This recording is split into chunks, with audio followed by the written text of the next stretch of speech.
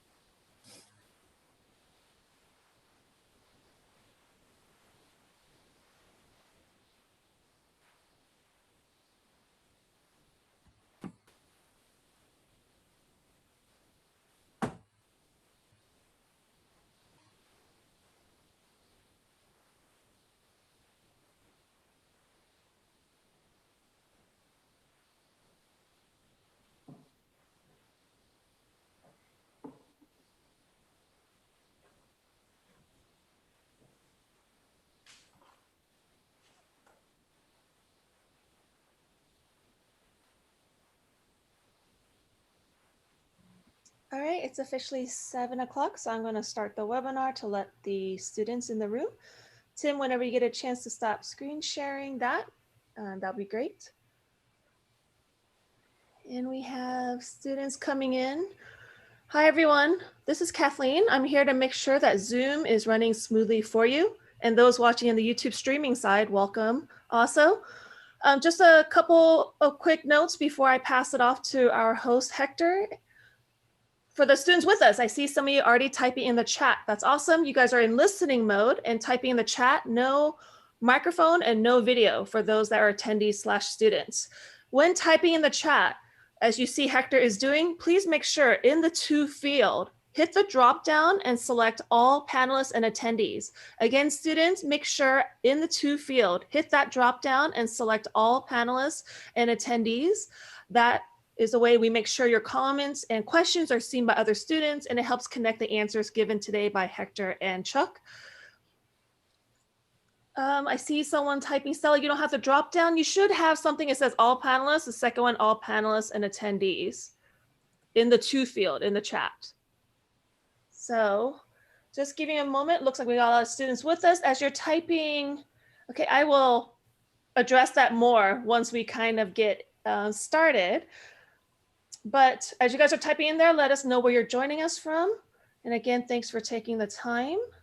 Looks like our numbers are pretty steady. So Hector, I'm going to go ahead and spotlight you. And I'm going to start the recording as usual. Hector, give it a few seconds and take it away.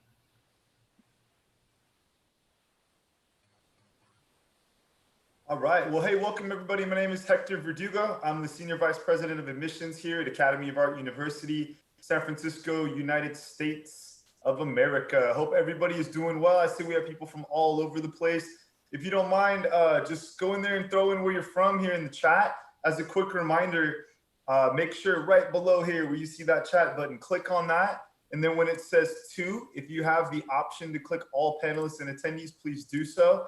If any of you are not seeing that option, we'll figure it out. The good news is even if you're writing to all panelists, I'll be able to see what you're writing.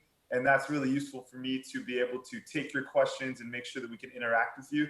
Unfortunately, we're not able to hear everybody. But I will be in the chat paying close attention and doing everything I can to make sure that we take your questions and we get them over to the star of the show, Mr. Chuck Pyle, tonight. So I see we have people from all over the world as usual. No surprise to me. There's well over 300 plus of you out there right now live here on the same thing. So I see people from India, Brazil, Texas, Moscow. Thank you for joining us all the way from Moscow here, Colombia, Connecticut, Australia, Kansas, Oregon, Dominican Republic, Mexico, Iowa, Tennessee, Turkey's back in the house tonight. Someone from Holy Moly, Jim out there, thanks, Florida, tons of different places. So thank you all for being here. Love to see so many different faces out there. So thank you all once again. So our goal tonight is to have a fun workshop. We have one of the best and the brightest in the house here to teach you a little bit about illustration. So tonight's workshop is going to be focused on drawing the clothed figure. Personally, I don't know if you've done this before, but drawing clothing, wrinkles, things of that nature, always very challenging. So I'm really excited to learn from the best tonight about how he takes that on and how he puts things into place. So before we move forward, I want to make sure that I drop one of our next workshops. For those of you that are repeat customers, thank you for coming back. For those of you that's the first timers, just so you know, what we do is we do these live workshops every Tuesday. They're always focused on different topics, but they're totally free. They're here for you to learn, talk to other students, network, get to know people, and also learn some fun stuff. So next week's event will be on Tuesday, same time, same place, 7 p.m. Pacific Standard Time. And it is basically how to create a keyframe paintings for film and video games. So this should be pretty cool. So anybody in there learning about how keyframes are done for film or for video games, I'm putting in the link right now if you guys want to hang tight. That is the link to RSVP for next week's event. We can only hold so many, so please get your RSVP in as soon as you can and come and check out that event. I think that'd be awesome. The next link that I'm going to put in here is the link to our events page.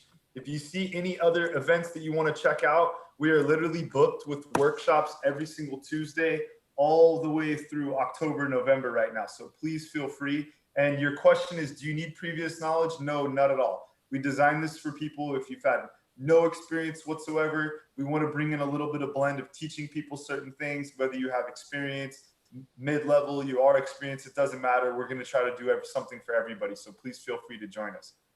So last but not least here, what I want to do is just go ahead and introduce the star of our show. So tonight's workshop should be super cool. So a couple tips I want to give you before I introduce Mr. Chuck Pyle is pay attention, have a good time, listen to what he's talking about, do anything that you can to pick up some tips and tricks. When it comes to questions, what I will do is I will try to answer questions that support the workshop and open up dialogue. At the end, I always hang back to try to answer any miscellaneous questions, anything I can do for you. I will be dropping links on how to get a hold of me, how to contact the school, whatever it may be. First thing I'm going to do before I pass this over is just put my information and my link in here so that you can contact me if you need anything. My name is Hector Verdugo. I'm the Senior Vice President of Admissions. My email is hverdugo@academyart.edu. I'm just throwing it in here for everybody. And then the other thing I want to do proactively is this event will be recorded. So if anybody has to go, you run low on time, Kathleen here just put in the link for the Survey Monkey. If you fill that out, what you're going to be able to do is get a requesting of this recording sent and emailed over to you. So if you miss anything, don't feel bad. We're going to still record it and get you a copy so you can check this out later. So without further ado, let me go ahead and introduce Mr. Chuck Pyle. So Chuck is the director of the School of Illustration. He's been the director of this program for just about 17 years at this point. So he joined the Academy in 1978 as a teacher here through the Academy, and he's been with us ever since. So Mr. Pyle is an internationally sought after artist working from clients all over the world, New York to Tokyo. So his long list of clients, and just to name a few, will include companies like Microsoft, Pacific Bell, Safeway, Avis, Ask Jeeves, Sun Microsystems, Reader's Digest, the New York Times, the Boston Globe, the Chicago Museum of Science and Technology, and many, many others. There's tons of different clients out there. I just wanted to name a few. So Mr. Pyle received our 2015 Distinguished Educator in the Arts Award from the Society of Illustrators, and he is going to be the star of our show tonight. So without further ado, I'm going to pass this over to Mr. Chuck Pyle to take over. I'm going to be here in the chat to answer your questions and hang out with you guys here during the workshop. So I'm going to pass it over to you, Chuck, and I hope everything goes nice and smooth tonight. I'll see you guys in the chat. Bye, everybody. Hey, everybody. Welcome to my studio. My name is Chuck Pyle. Please call me Chuck. And I'm just going to turn the camera a little left and right, and you can see my working space. I'm an old school illustrator, and you can see that we have converted a room here in the house, a big room, drawing board, tabaret, painting supplies, easels, stuff you can't see behind the curtain. I'm a workaday illustrator. Hector gives me a lot of credit that I just have had a very long and happy career as a professional illustrator. I am actually an alum of the Academy of Art University from way, way back, and way back. And I've worked all around the world. So if you like to tell stories and pictures, you probably are on the path to becoming an illustrator. And there are so many different ways that you can express that desire, and so many different ways in style and market and personal predilection. It's a very international world that you work in now. I never know where jobs are going to come from, whether from New York or Tokyo or points in between. I'm bidding on a mural in Northern California right now, of all things. So it's always an exciting challenge, and it all kind of comes back to how do you draw, and what do you think about drawing. And I'm going to hold up a couple of samples here to just sort of show you a little range. So because I'm a traditional painter, I use Photoshop, but Photoshop for me is an adjunct. This was an ad for, a company in Japan around Christmas time, and they were trying to convince people to bake cakes. And as an illustrator, one of the things you have to learn to deal with is how to make a painting interesting where all the type goes, as opposed to a fine artist who just has to go into her studio and decide, I want to paint that. We have to work with art directors or creative directors or graphic designers or lead artists in game companies and be able to draw towards what they want to solve problems. So drawing is the common medium that binds us all together as artists. Storytelling is what we do as illustrators. The individual approach to storytelling is what makes each of us different from each other. And here's another example. Here is Chuck Pyle in a cartoon mode. So because I can draw and paint reasonably well, I can also be kind of funny and kind of serious and all points in between. And it keeps what I do interesting for me, because that's super important. You want to walk into your studio in the morning going, dang, I really want to be in here, and this is going to be an exciting day, and I'm going to change the world one picture at a time. And that goes back to how you go about drawing people and things. So today's job, I think what we're going to do, I have pre-drawn 4 clothes figure drawing lectures just to run through, just to show you some process. And I will talk over the top of them. Excuse me. And if you have questions, if I can catch them while I'm talking away, I will certainly try and answer them. I use anything I can to make a mark, but I'm going to grab what I did these drawings with.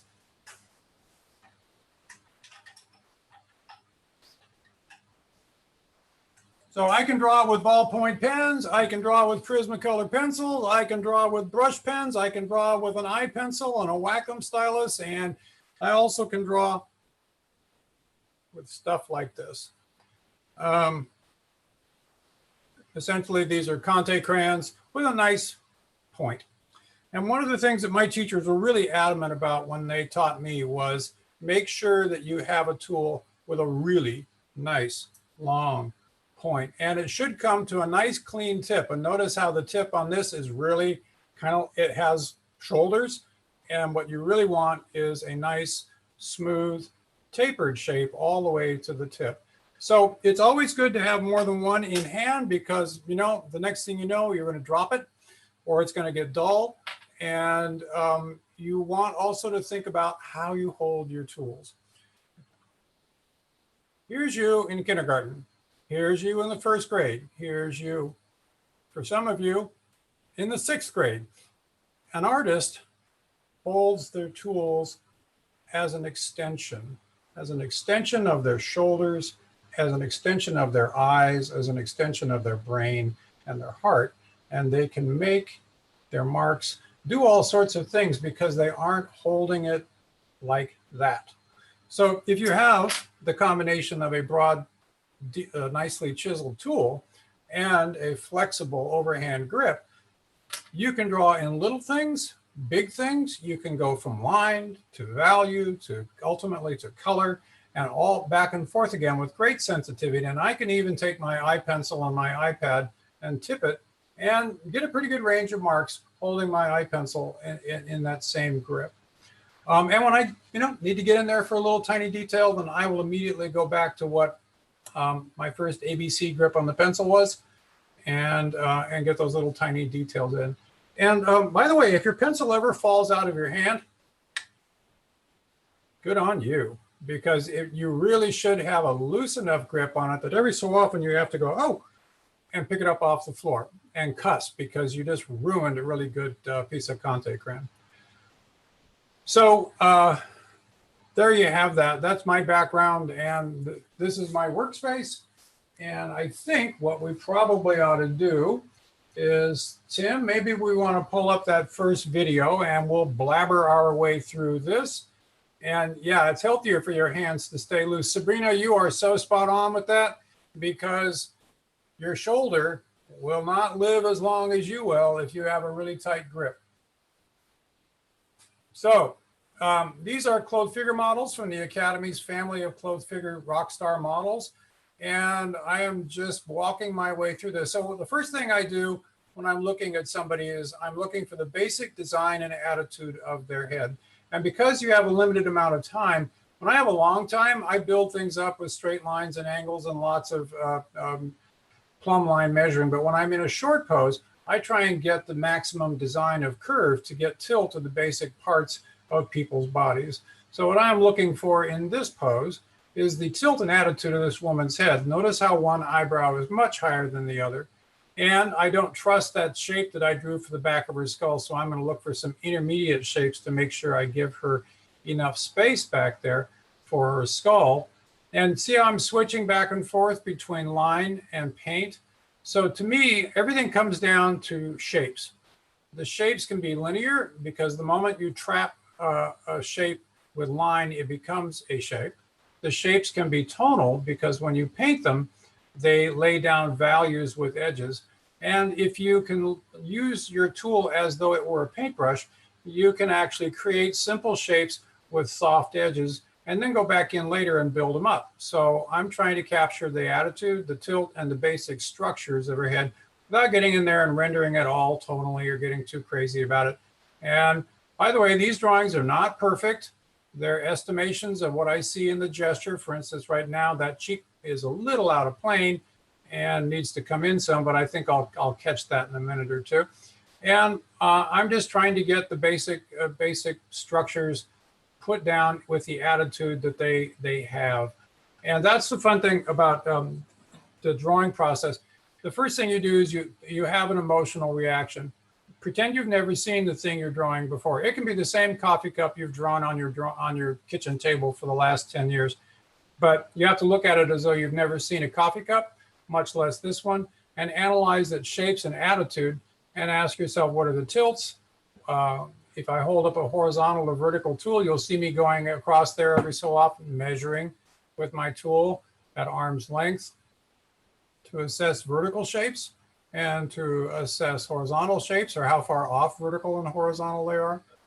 And now I'm trying to see what the shape of the underside of her jaw is and measure the tilt of her neck, which there you go. See, I be fearless about reassessing things, because I knew that was wrong the moment I put it down. But because I'm looking back up into the drawing to see where I started earlier, and I'm making a commitment to the shapes that are there, then I have more relationships to look at. Some people start off with a big ball or a circle on top of their heads. I firmly believe that my job is to draw somebody and steal a bit of their soul every time I try and put them on the paper. So my job is I'm going to use their shapes to try and get at the essence of who I see them acting at that point in time as a human being. Here we get a little tilt on her shoulders. She's just got these marvelous shoulders and these little, the thing on her dress. I don't care, it's a dress. What I see are beautiful wraparounds. There you go, Chuck. See, that thing goes right up over her shoulder and it tells you how rounded her shoulder is and what its attitude from one side to the other is. So wraparounds are really cool because they tell you where your figure is in space. They're like, they tell you perspective, and they tell you construction, and they tell you attitude. So she's starting to move down the page, and I'm constantly looking back in there and double checking. So the construction of the blouse helps me to find her armpit. And what I'm really looking for is where does her torso come from behind her shoulder to head down to her rib cage. And as I draw this, I am trying to see the egg shape of her rib cage behind the seam of her blouse. And what's really cool about this is that blouse hugs her rib cage enough that you can literally, I'm waiting for her to inhale and exhale because it's tight enough that it really reveals the tilt of the anatomy underneath it. And that's just great, great fun. And it's, when I was in art school, people didn't like to stand next to me because I would say things like, wow, that's great, great, great fun. It's really important that no matter how badly the drawing is going or how well the drawing is going, that you enjoy the search, because you're always going to find something useful and new in everything that you draw. And it's always a revelation to you. You'll learn a bit more about rib cages or folds or how wraparounds work or how to push the gesture on someone. And I'm trying to assess at this point, what's the tilt of her midriff going down to her hip box in relation to her shoulders. I'm realizing that that's dropping down far because she's a fairly tall woman. And you'll notice that I'm not drawing her arms yet. It's really important to draw the core of your body. Get the head to the neck to the shoulders, the attitude of the shoulders across. And what's the tilt of the rib cage down to the hips? And then ask yourself, which hip is doing all the work, which connects to the leg that attaches that holds the body up the most. So that's the hip you want to get commitment to, because you're going to want to draw that weight-bearing leg down to the ground. You'll notice also that I'm going back and forth between hard edge and what's called hard edge, soft edge, because if I'm trying to paint down little shapes that indicate where planes change or the underside of a fold. It's a significant marker for design or placement. And there's a lot of stuff still remaining to be gone back into up there. You know, somebody's gone in there with a pair of sheep shears and cut off most of her hair. But what I'm concerned about at this point is just getting head to neck connected and enough of the hair to get where the back of her skull is. And I'll come back later and finish that. So you always have to ask yourself what's most important to get down to someone's feet once you start to draw. And Yep, there we go. So now I'm measuring the length of her skirt and against her torso, and a little mark there to remind me. And I'm looking at the asymmetrical triangle of her skirt. I notice that it tilts high to low and flares out like a giant A that's been tipped to one side. So I'm looking for the major divisions that show the tilt of the skirt's parts without drawing every fold. So that's a design shape. And her knee breaks against that. That's cool. And where's that weight-bearing leg, Chuck? Well, let's find the outside of that skirt, because what I love is right there is her hip is at the surface, and that's the hip that's holding up, that has the weight-bearing leg attached to it. So that's pretty cool. And we're going to get that attached. So it's always good to try and get your folds to go all the way from one end of something to the other once you're confident where both ends are, and show a little overlap at the ends and drag it around. Not bad, a little long, but where it's a short drawing. So here we go. So you want to source your folds, which means look at where they start, look at where they go to, and squint and look at the design shape. And that design shape gets the action of the fold, even if you don't know anything about fold structure. And oh my gosh, there's so much, there's the Bridgman's groups of folds, and you've got pipe folds here that have been carefully stitched down at the top to give them a lot of design. And there looks like maybe an underskirt underneath this, and lots of structure to that skirt. But what I'm really trying to see here is what the curve of her hip is, to find out where her leg emerges from underneath the skirt that holds up all her weight. And there we go. We're checking to see, well, the lengths and how long she is down to the floor, how many head units down, and the curve. So when you're drawing lower legs on people, that back side there is very important. It's got a short curve and a long curve, and on the front side, it's got a different ratio of curves, all of which make for this beautiful series of S curves that go down into the joint of the ankle. And I'm going to have to adjust that a little bit later. But what you want to do now is see, now we've got that weight-bearing foot. So I like to tell my students, the foot, if you wanted to knock somebody over and they were standing there, which leg would you go up to and kick? And it would guarantee the person would fall over. That leg is the kick leg. And now you have an image you'll never forget. So that's the leg you draw first to the floor on people. And it doesn't matter whether they're men or women. If they're standing up, you're looking to establish that.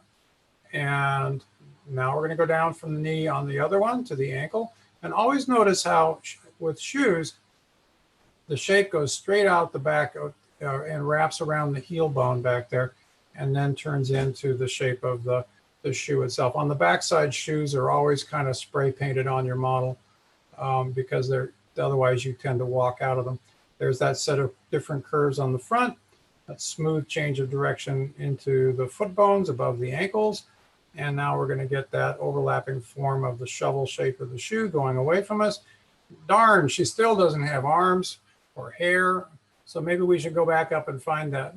But now that we found her torso and her hips, and we've placed her hands on her hips, now if I've got her a little too tall or too short, I can come back in and just change the length of the arms.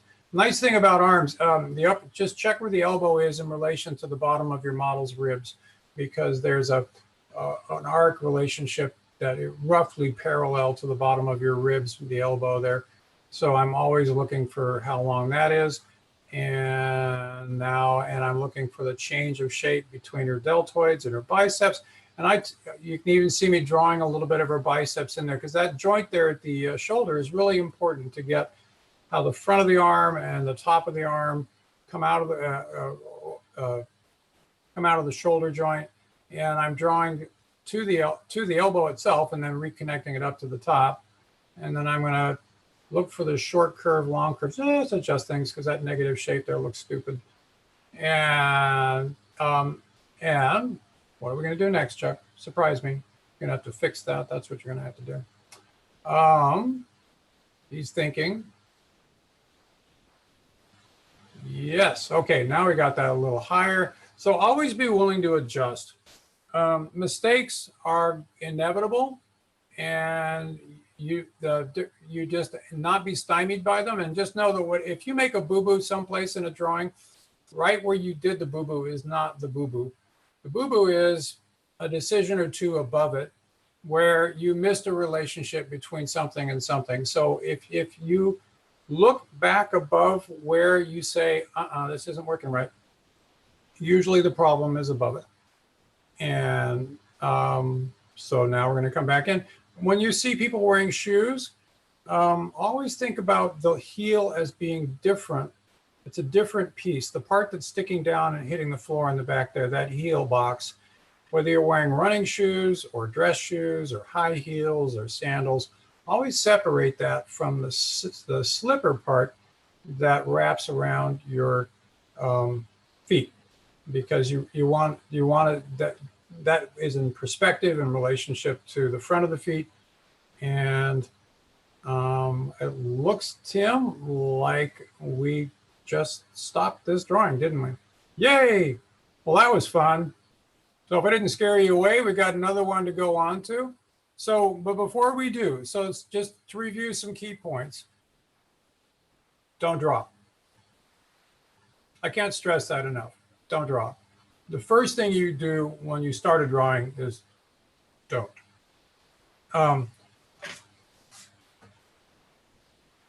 Do this. Check all the horizontal relationships from top to bottom with your arm fully extended.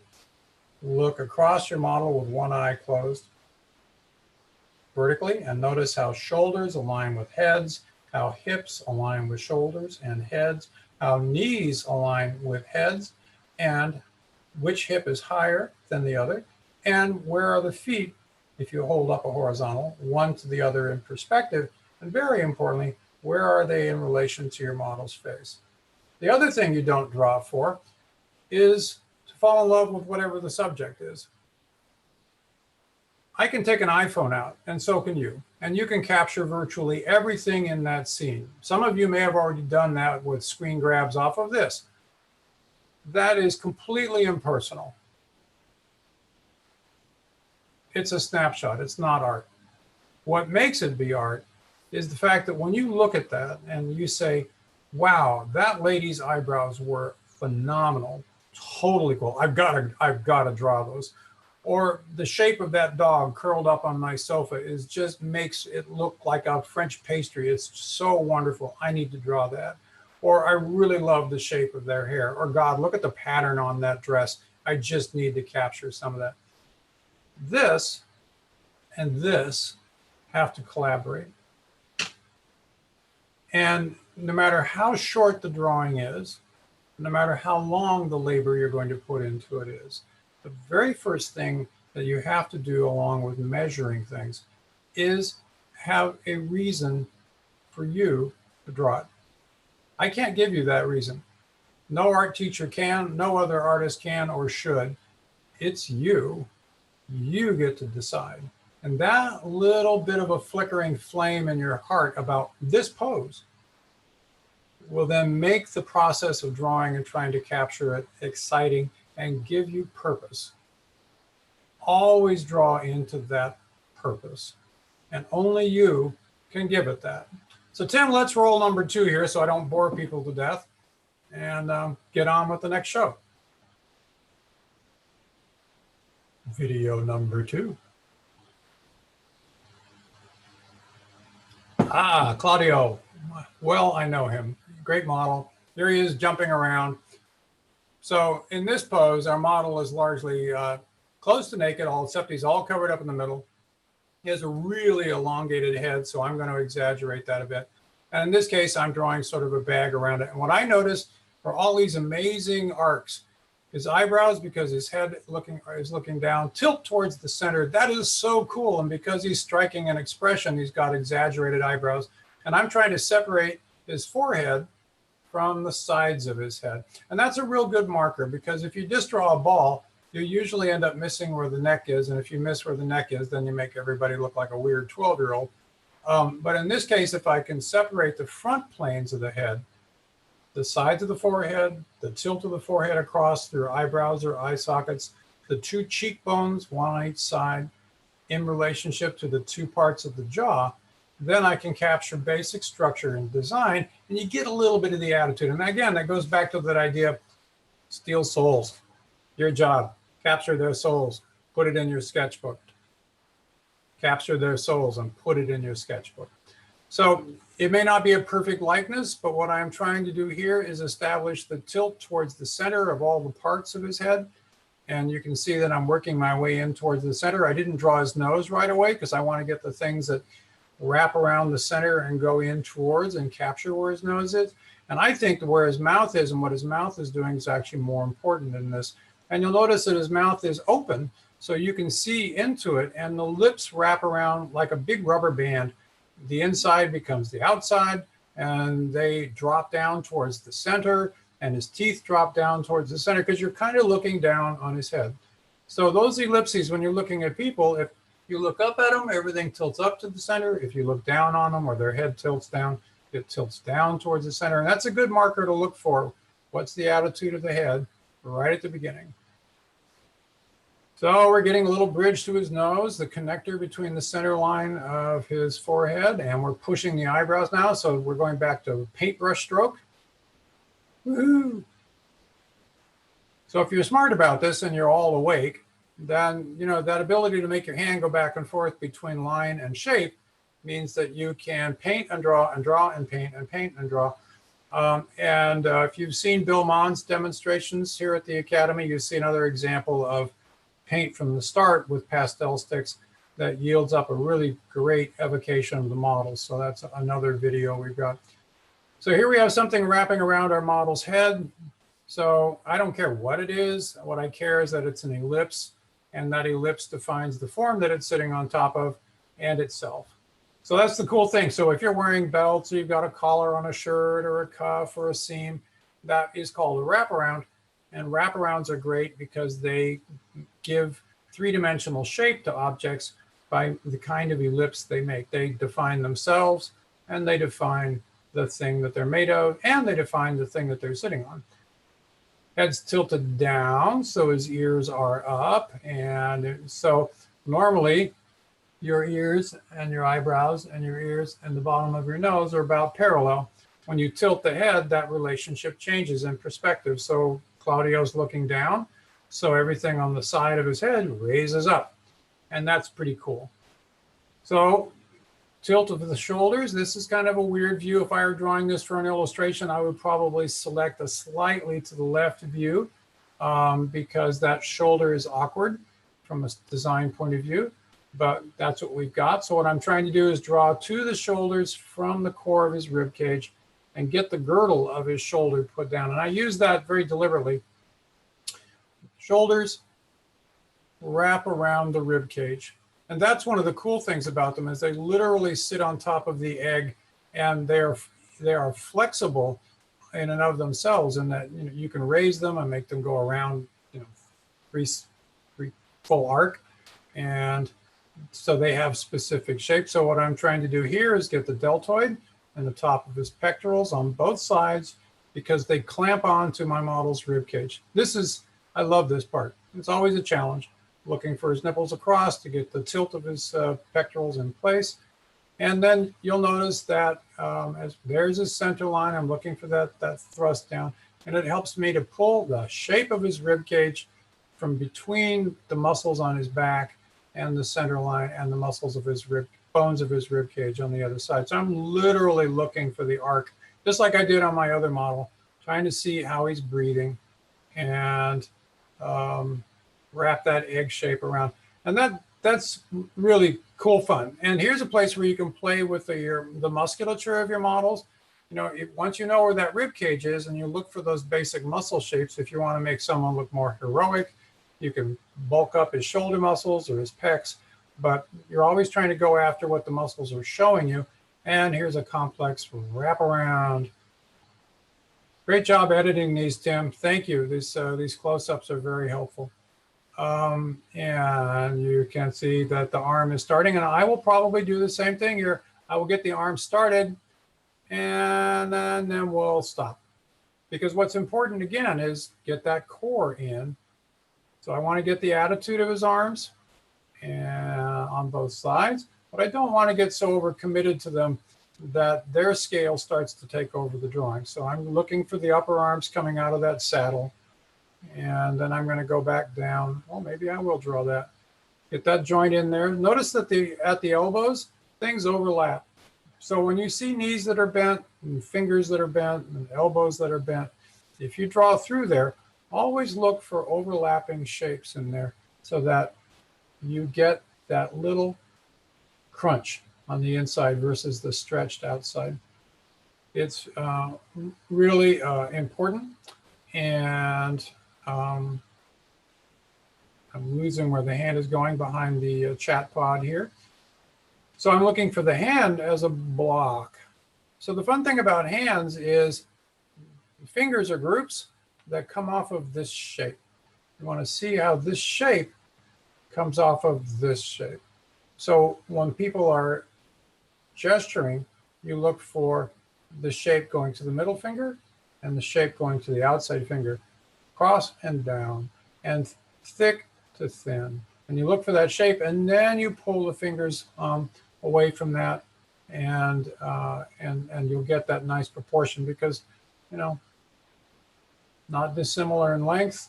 And hands are really a great place for character because the shapes of people's knuckles and the shapes of their fingertips are both the family heritage, but they're also indicative of their work life and their age. You know, the next time you see grandma and grandpa, take a look at their fingers, and you'll see the evidence of their lives in their hands, not just their faces, what happens with their knuckles. And when you want to make a man look more manly, square off his fingertips a little bit. And when you want to make a woman look a little more feminine, extend the finger length slightly and keep it nice, rounded, narrow shape at the tip. And you exaggerate for character what their hands look like. It's just a fun trick. So here we go. We're going to get his other arm in. So clearly I'm doing what I told you guys not to. Getting obsessed about the arms here.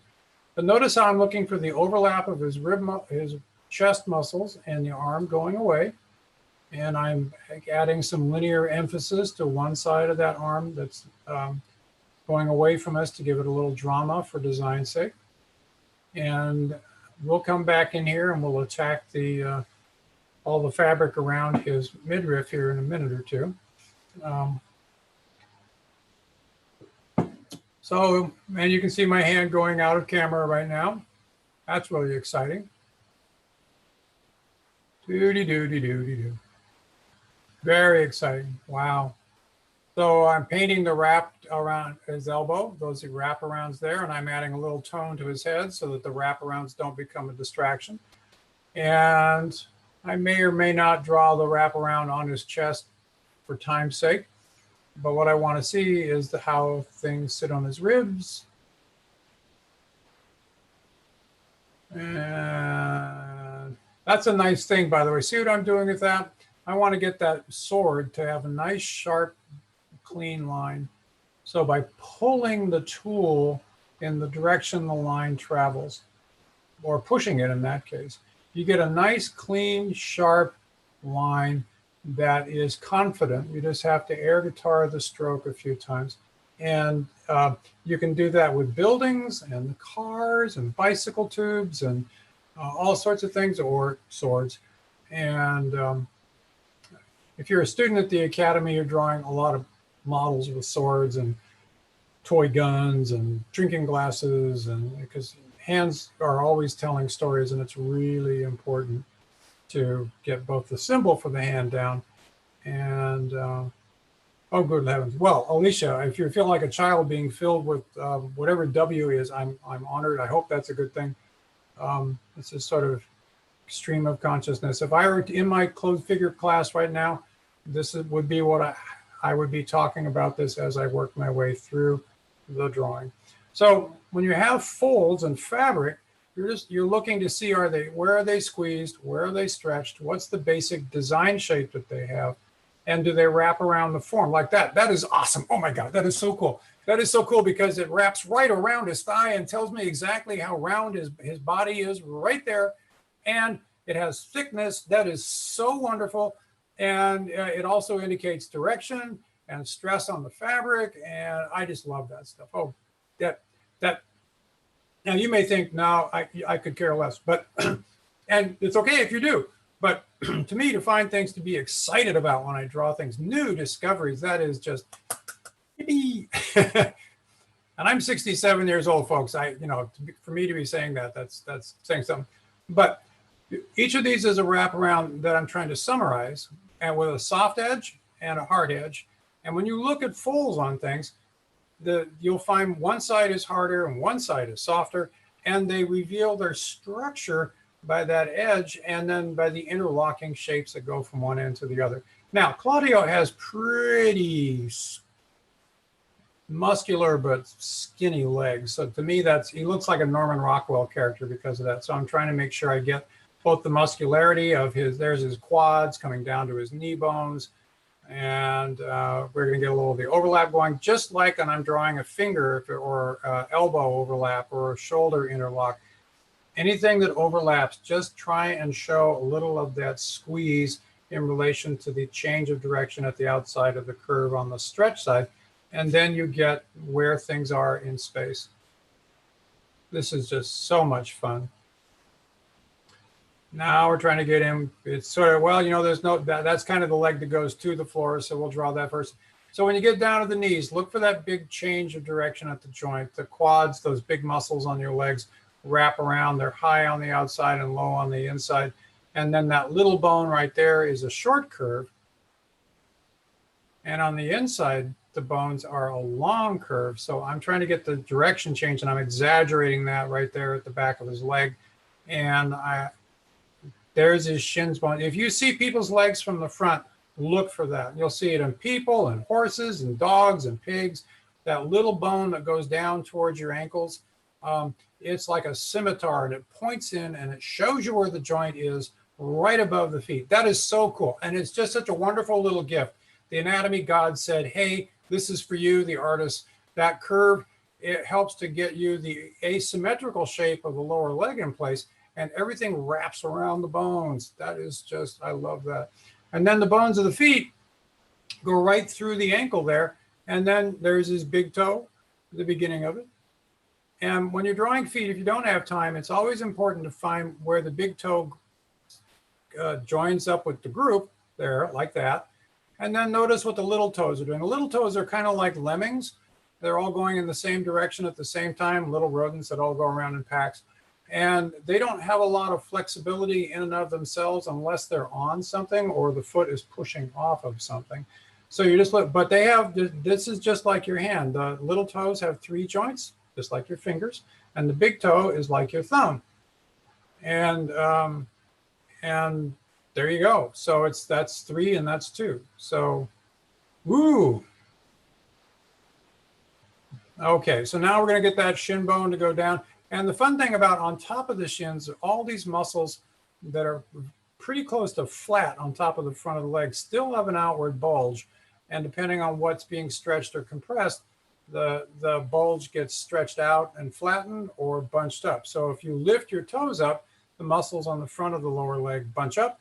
And that's the neat thing. Whatever side is stretched flattens out, and whatever side is clenched up bulges up and exaggerates the curves at that point. So while you're drawing through things, ask yourself, can I feel what these muscles are doing?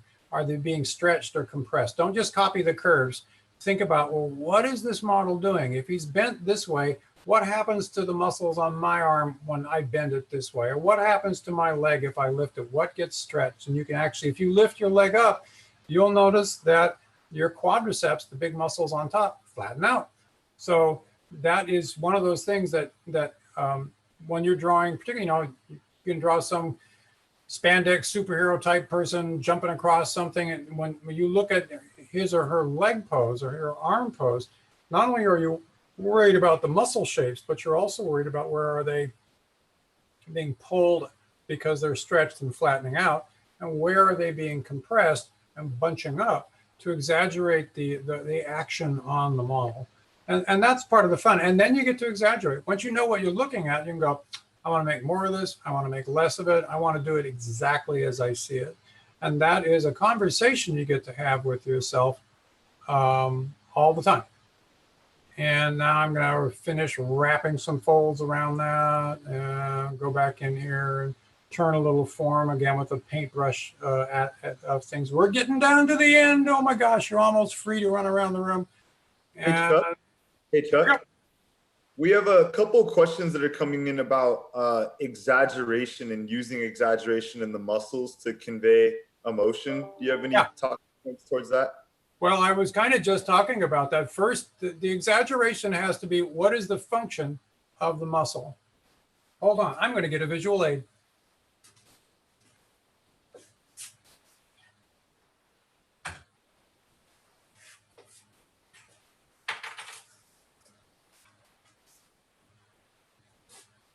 This is an idealized anatomy figure. And if you have a grasp enough of anatomy, you look for these muscles and these curves on every model you draw.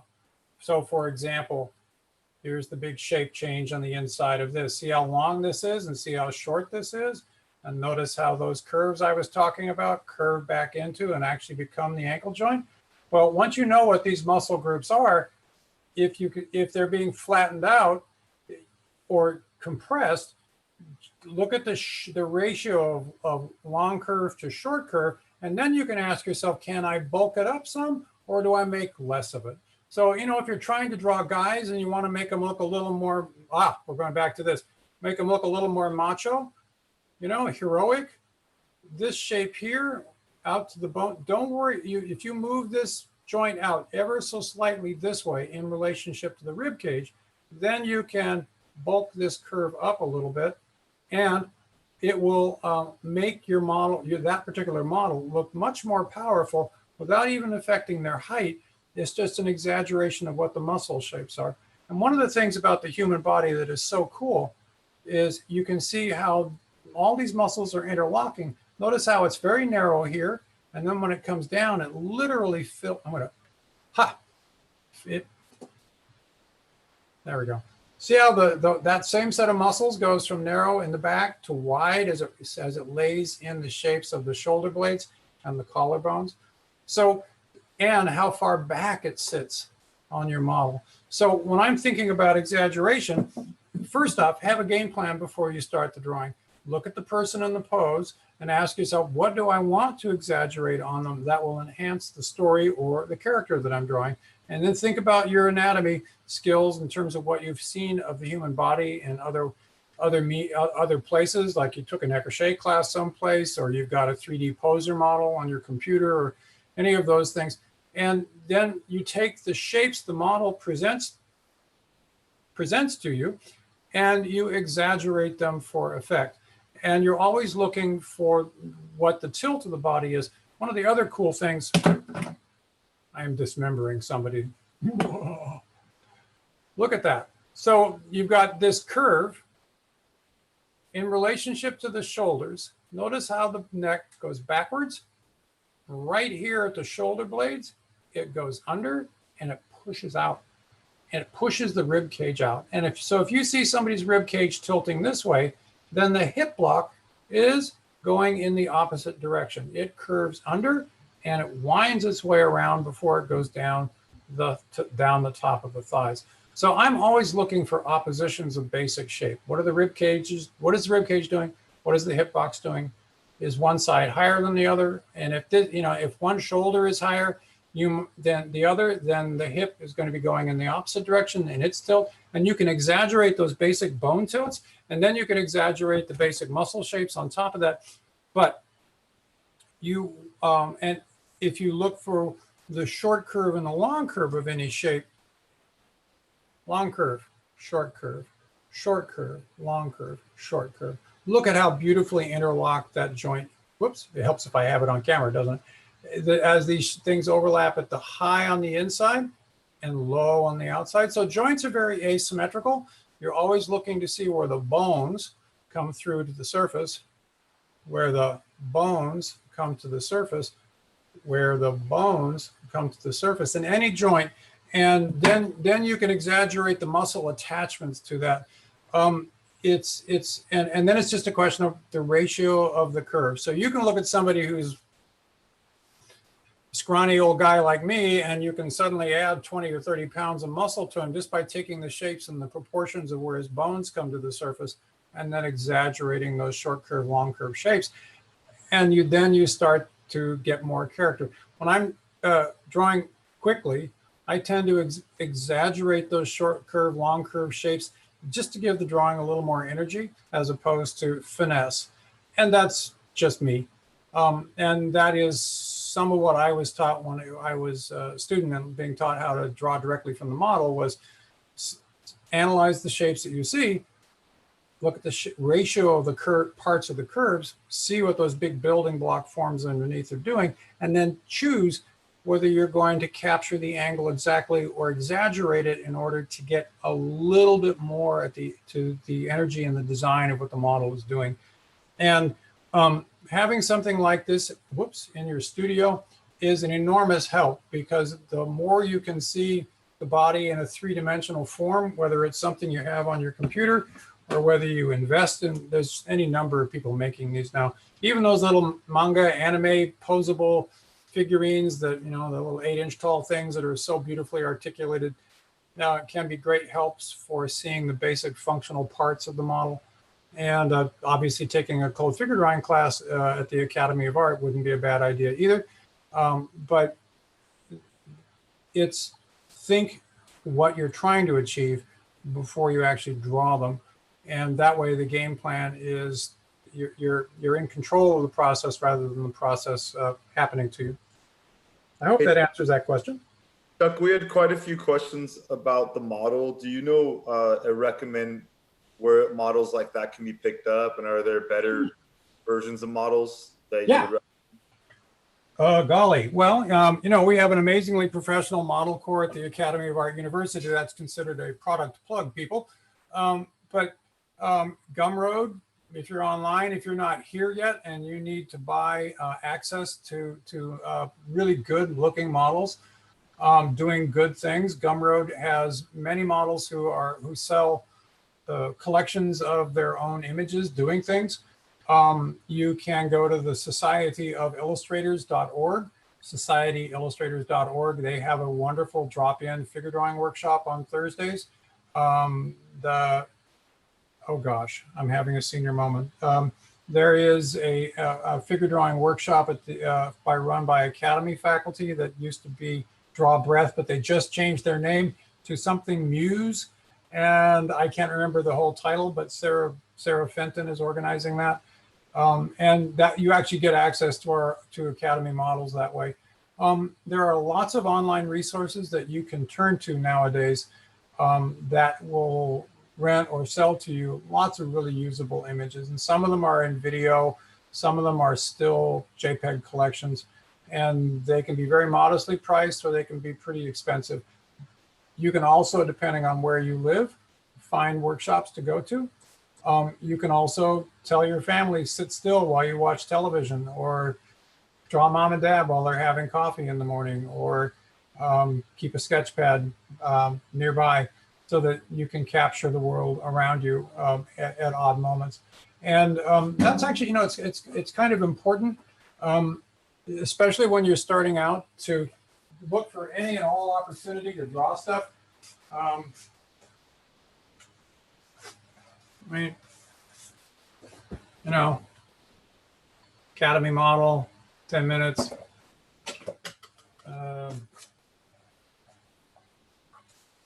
Here I am at a party, there's an absinthe party. Everybody's getting loaded except me. And so it was really important to me to try and capture the essence of what they were doing, the essence of absinthe, or the absence of, and sometimes they're just really short drawings that are all about, but what you'll notice there is I'm looking for perspective relationships between people and all the curves of their bodies and the wraparounds of their seams. And somebody should tell me how to do this better, because I'm actually, this is a terrible, terrible way of demoing. Here's a great model at the in New York online. So You just drop in, you pay them 10 or 15 bucks and you get 2 hours of drawing time. And very importantly, the results don't matter. Just draw. And it's very important, especially early on. Don't beat yourself up. You have to do a lot of really bad drawing that builds on other bad drawings, and that every bad drawing that you do has some kernel of truth and rightness in it that will build on the other bad drawing you did yesterday. And by the time you do a year of them, they won't be bad. They'll actually be pretty good if you do a lot of them, and they'll never be perfect. I hope one day, just before I die, I will do a perfect drawing and I'll cough, and just before I fall to the floor, the model will step off the page.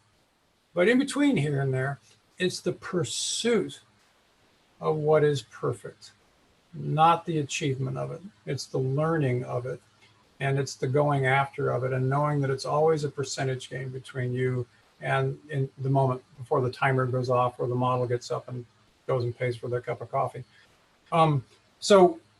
Lots of resources in the online world, and you won't, do check them out before you buy them so that you're not getting porn. But you just look up clothed figure model online. You go to Gumroad and you just start looking through there. Lots of really professional models. But one of the good things about the Academy is that we actually have this whole cadre of actors. It's one thing, you have a really good figure model and they sit there and they pose and they've got reasonable muscle tone, and you can learn all sorts of groovy things about that. An actor will come into the room and project. They'll project character and they'll project attitude, and the costume they're wearing will help reveal who they are pretending to be in the moment. And a good actor is somebody that cares all the way out to their fingertips and their toes what their body is doing. And the pose then resonates with you in such a way that your observation back based on that makes unique art. Because when I look at Claudio jumping around in that photograph, I see him differently than you do, and the artist sitting next to you, and the artist in India, and the one in Puerto Rico, and the one in Cote d'Ivoire tonight in the group. And thank you guys for being here.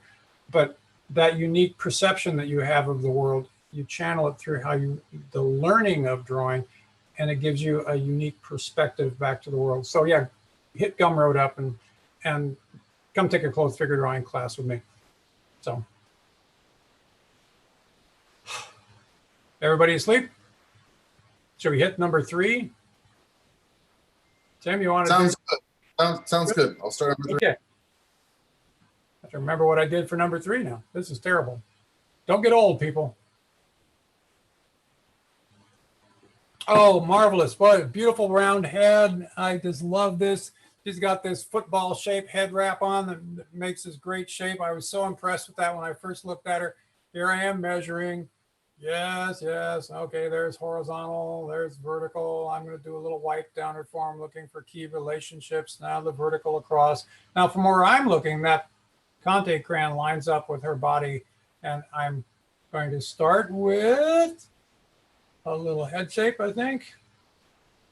So what impressed me about this, first off, her expression, she's got that little Mona Lisa quality in the corner of her mouth, that little half smile, which I think is just awesome. But what I really love about this is the fact that the top of her kerchief and her chin make her look like an overinflated football. Now, I'm sorry, that's me. So to me, that's a cool shape, and that's worthy of exaggerating slightly and being very attentive to.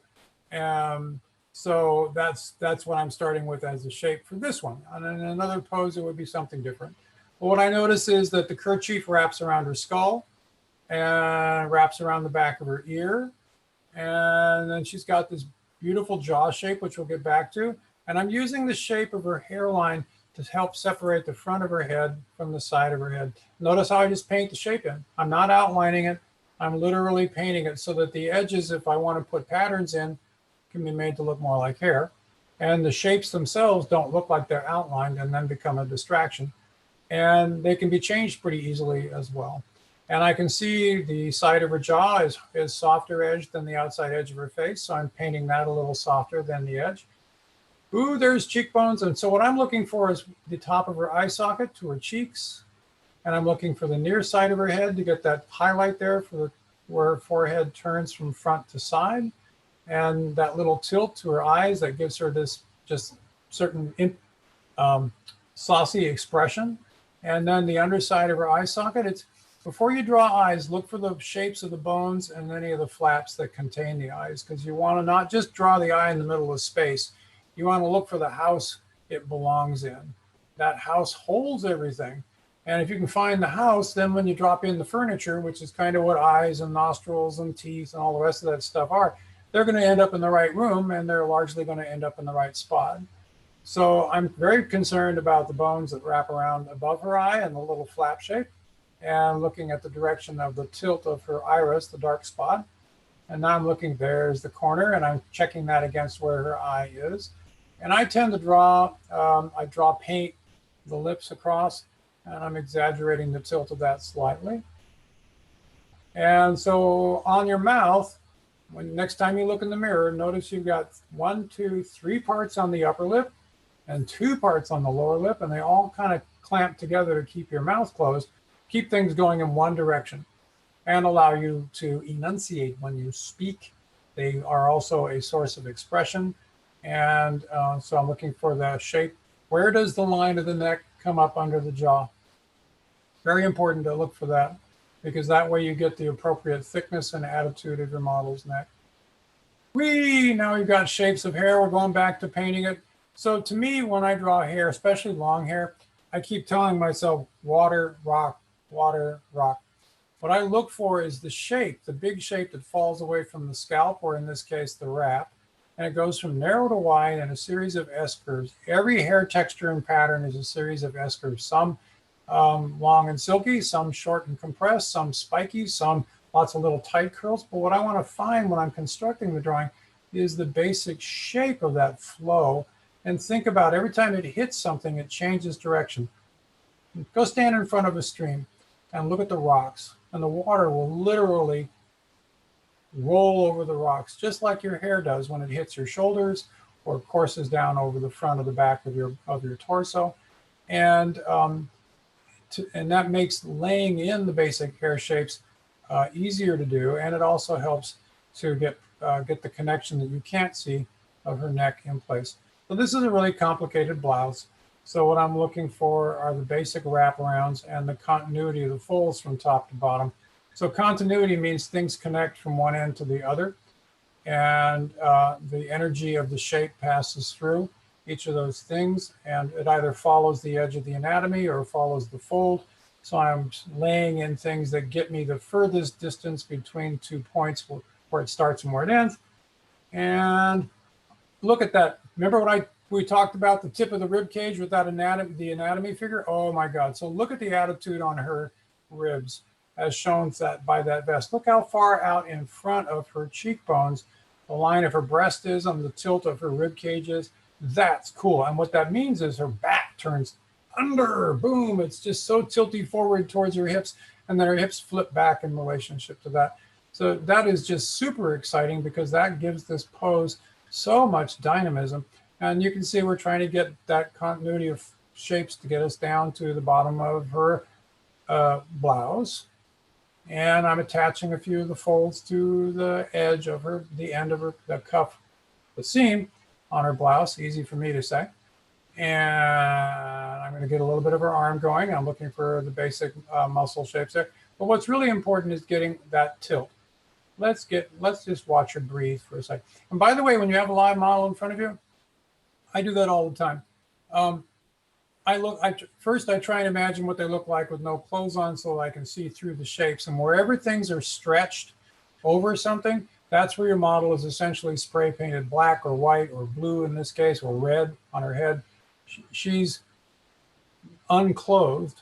She's not nude. She's unclothed on the stretch side, because the things that make the clothing are stretched tight over the form.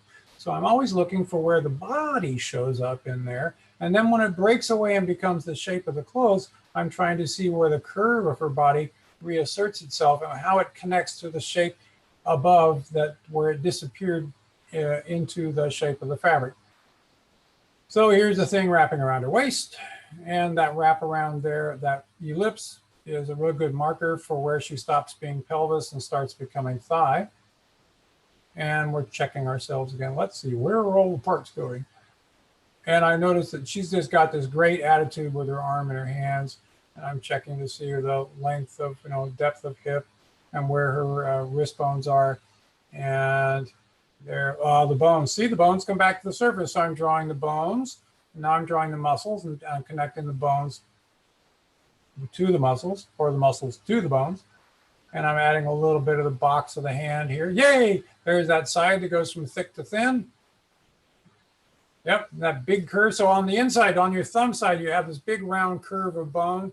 And on the outside where your baby finger is, it's got a little tiny knob. And notice when I'm building my knuckles down there, that where the hand leaves, the fingers leave the hand, I'm looking not for a line across, but I'm looking for a series of little conical shapes and how they catch the light.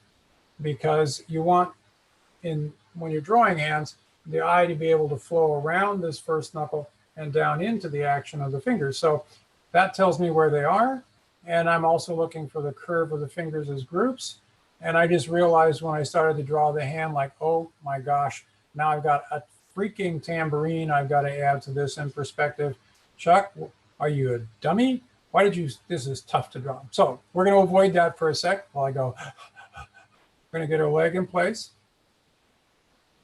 There's that calf stretched. And Chuck realizes he's got to put that hand in. Oh, and get that tambourine. So a tambourine. So these things. So one of the, yeah, you're right. I am a dummy.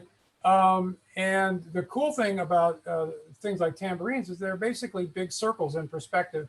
So it's like a coffee can or a coffee cup or a car tire. I'll look for the ellipse. I'll look for the high point and on the top and the low point on the bottom and the fattest part of the ellipse on the sides to get that circle to tilt in perspective. And I will always look for the relationship of the outside to the inside. So coffee cans, if I draw them, or coffee cups, I'm always looking for their dimensionality. And I'm going to do, look what I just did there. I'm not going to focus on that arm that's going away because it's in the shadows. I'm just going to paint the shape down. And that way I don't have to deal with all the details. But what I'm dealing with there are the curves of the silhouettes, because I want to focus on what's going on in the areas that are getting hit with the light. That's fun. And so you don't always have to slavishly copy everything. And this way I can leave some of this a little more implicit. But notice that I'm just literally painting softly the silhouette of the parts of the hand. And I tend to exaggerate the S curves that fingers make between here and here, because they make this big direction change right there at that knuckle, and they come down and they go whoop, they swoop up at the tip. So if I exaggerate that curve a little bit, if you push it a little bit past where it is, you can always come in the second pass and correct it. But if you underwhelm the drawing with the shapes that you draw, you make them less curvy than they actually are. It's really hard to come back in and exaggerate that later, unless you're taking a really long time to build a drawing towards becoming a painting, and then the precision of all the angles and shapes that you're going after become the point of it. And I do both. In these short drawings, you can see that I'm exaggerating and I'm looking for the curves and the short curve, long curve relationships. And what I find is that it actually helps me when I'm doing a long painting and I have the leisure to do the analysis of all the short straight line shapes that I would use to build it with. It makes me see the relationship of the parts faster as I build them and be more empathetic personally with the subject that I'm drawing or painting at that point in time.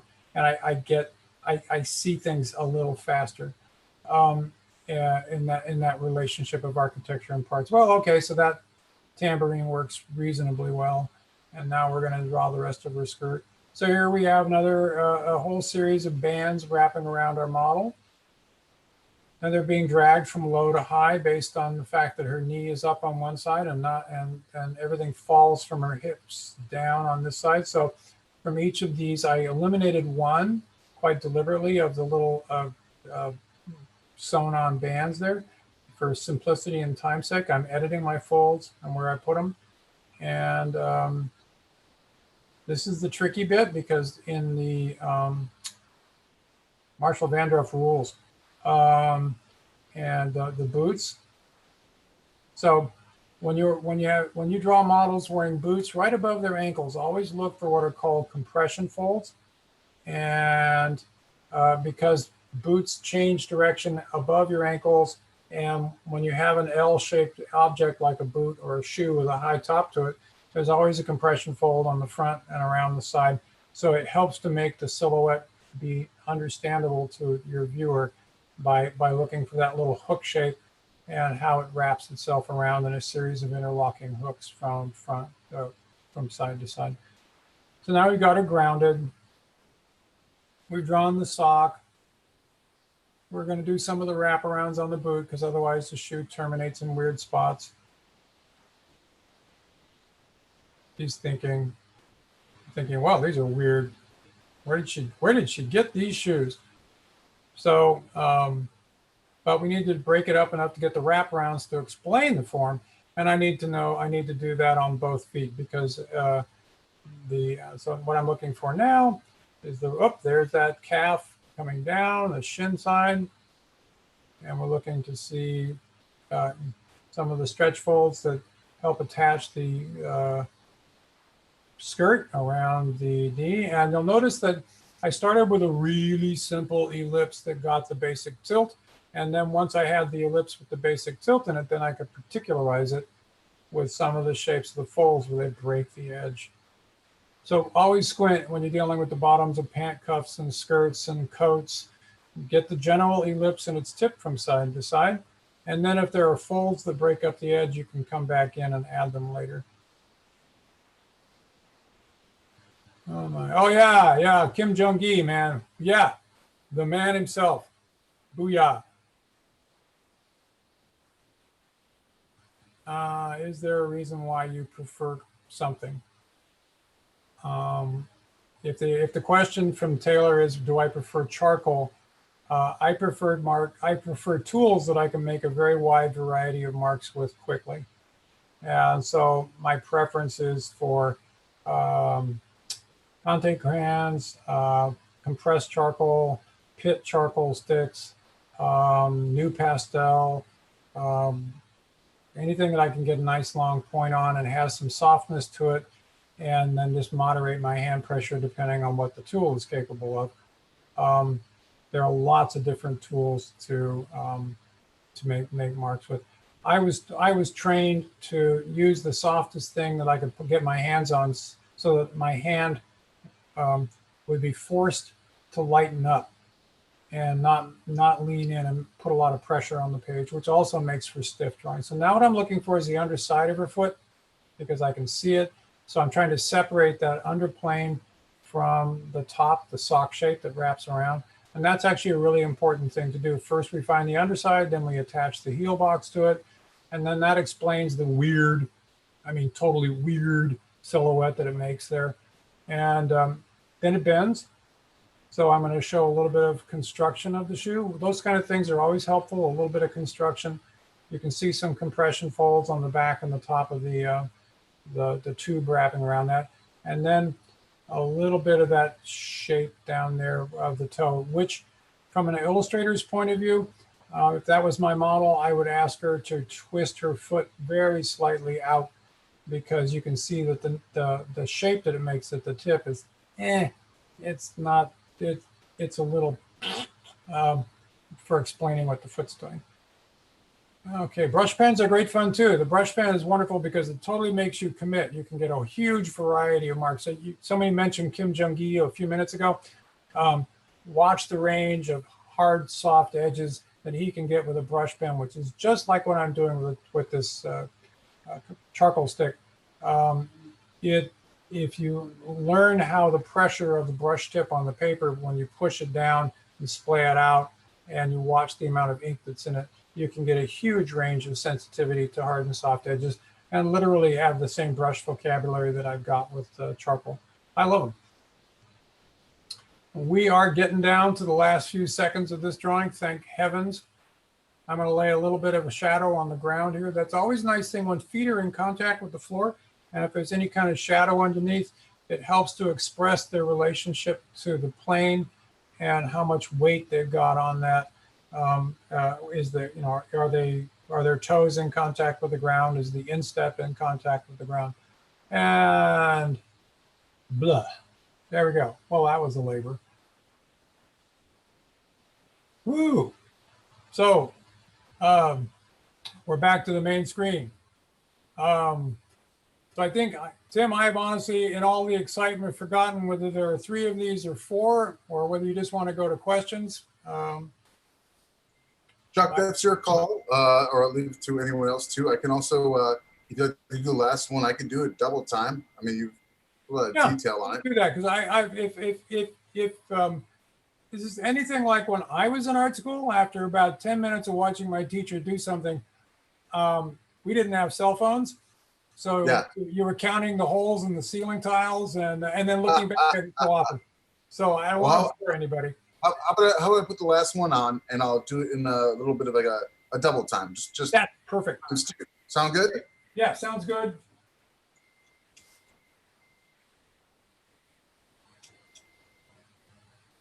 Give me 1 second here.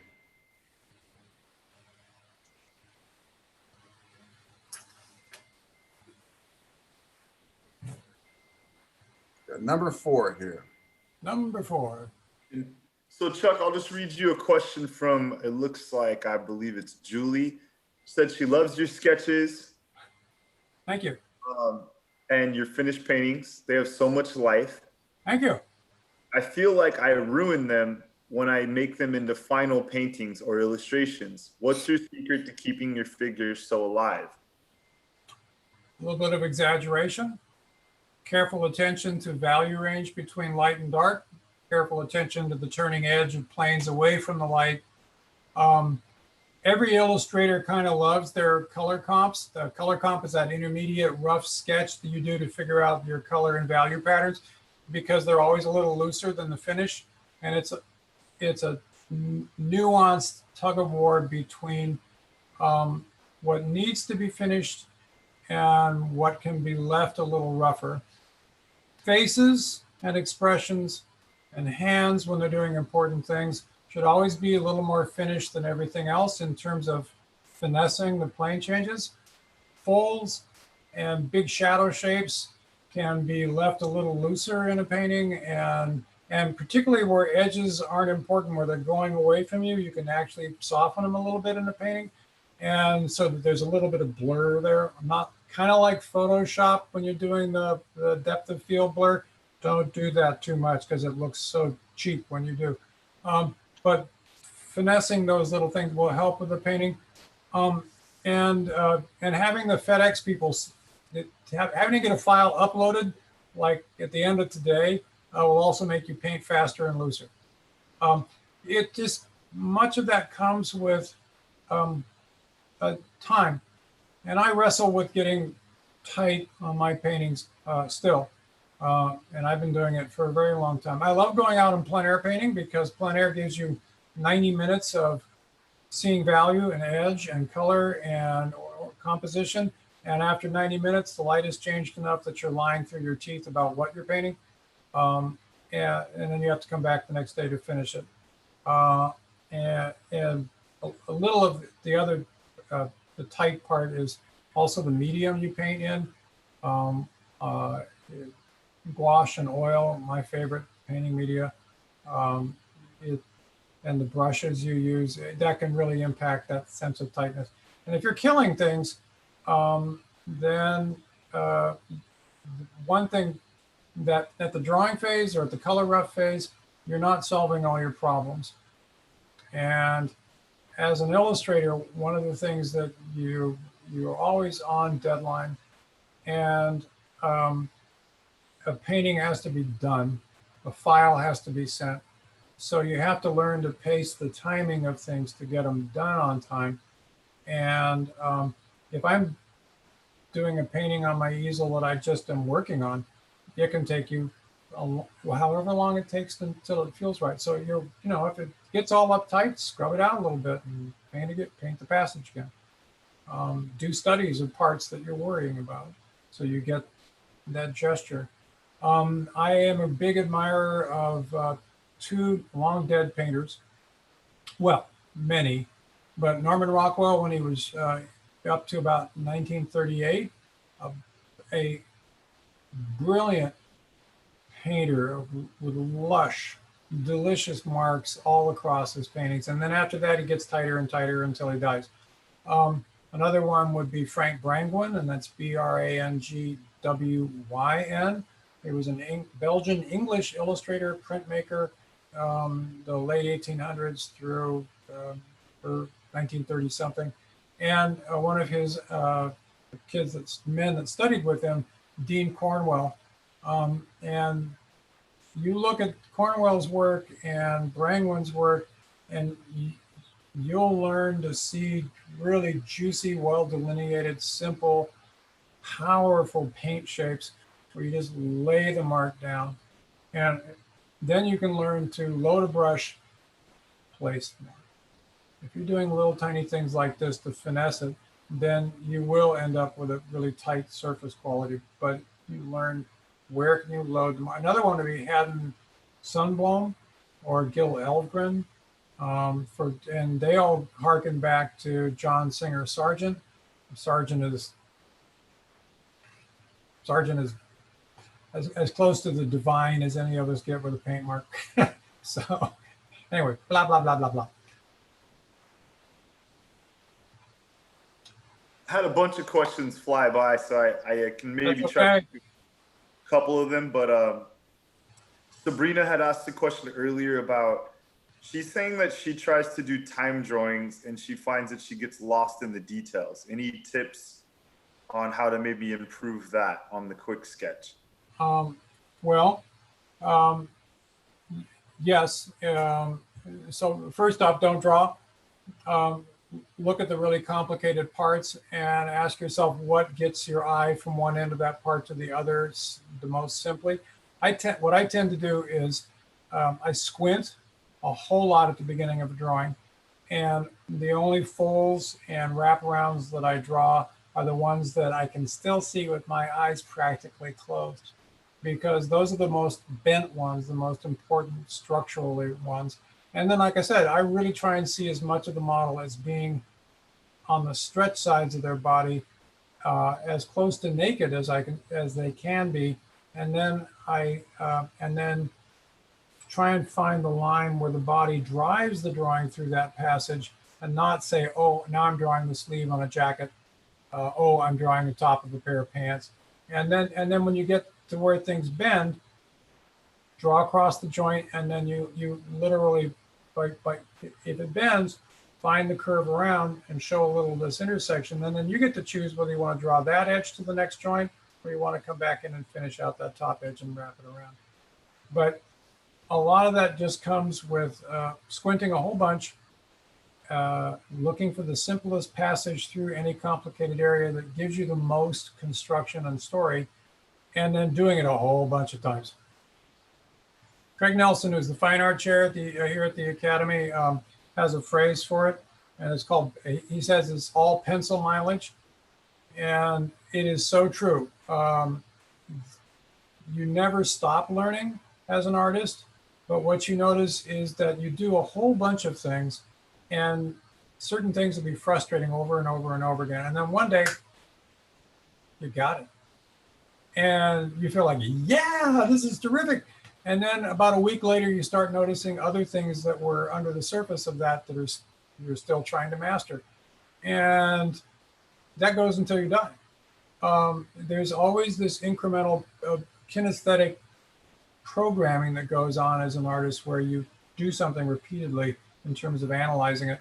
And then you own that, because all of a sudden your brain doesn't have to go, oh, look at that shape there now. Your brain just does it automatically without having that conscious conversation. And when the drawing goes to hell, and it will sometimes, then you have to talk to that part of your brain that not only was supposed to be doing it unconsciously, and say, what gives? Did you go out for a cup of coffee or something? Because sometimes you will forget that programming is there. And then you have to kind of slap it around a little bit and remind it to come back and join the team. But everything that you do, if you're concerned that you're getting lost in the details, that means that you know you're looking too much at the small stuff, and you need to figure out how to draw the important curves that pass through it. And that means your brain is going, I'm not quite getting this. So I need to do a whole bunch more of these, and also draw more simplified costumes. If you're drawing somebody in a really fancy Victorian dress with lots of parts on it, then the challenge may just be too much. Start with stuff that's simpler, and start with stuff that reveals more of the body shapes of the surface. And then as you master that, then you expand out into increasingly complicated costumes.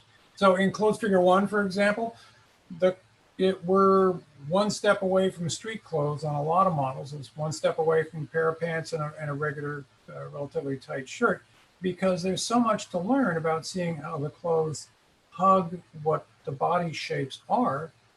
And then at the end of that, when you go into clothes 2, then you can get into really complicated shirts and jackets and frilly dresses, because then you can see, oh, here's the body shape.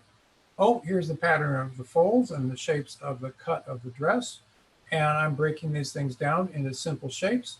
And you saw me turning on the chalk on its side to draw those hair passages as paintable pieces, and that arm as a silhouette. That's another way of getting through complicated passages. Squint and paint lightly the shape of the silhouette down with attention to those short curve, long curves, and then open your eyes up and see what you need to put back into that tonal shape that gives you more detail. And it's sort of a back and forth.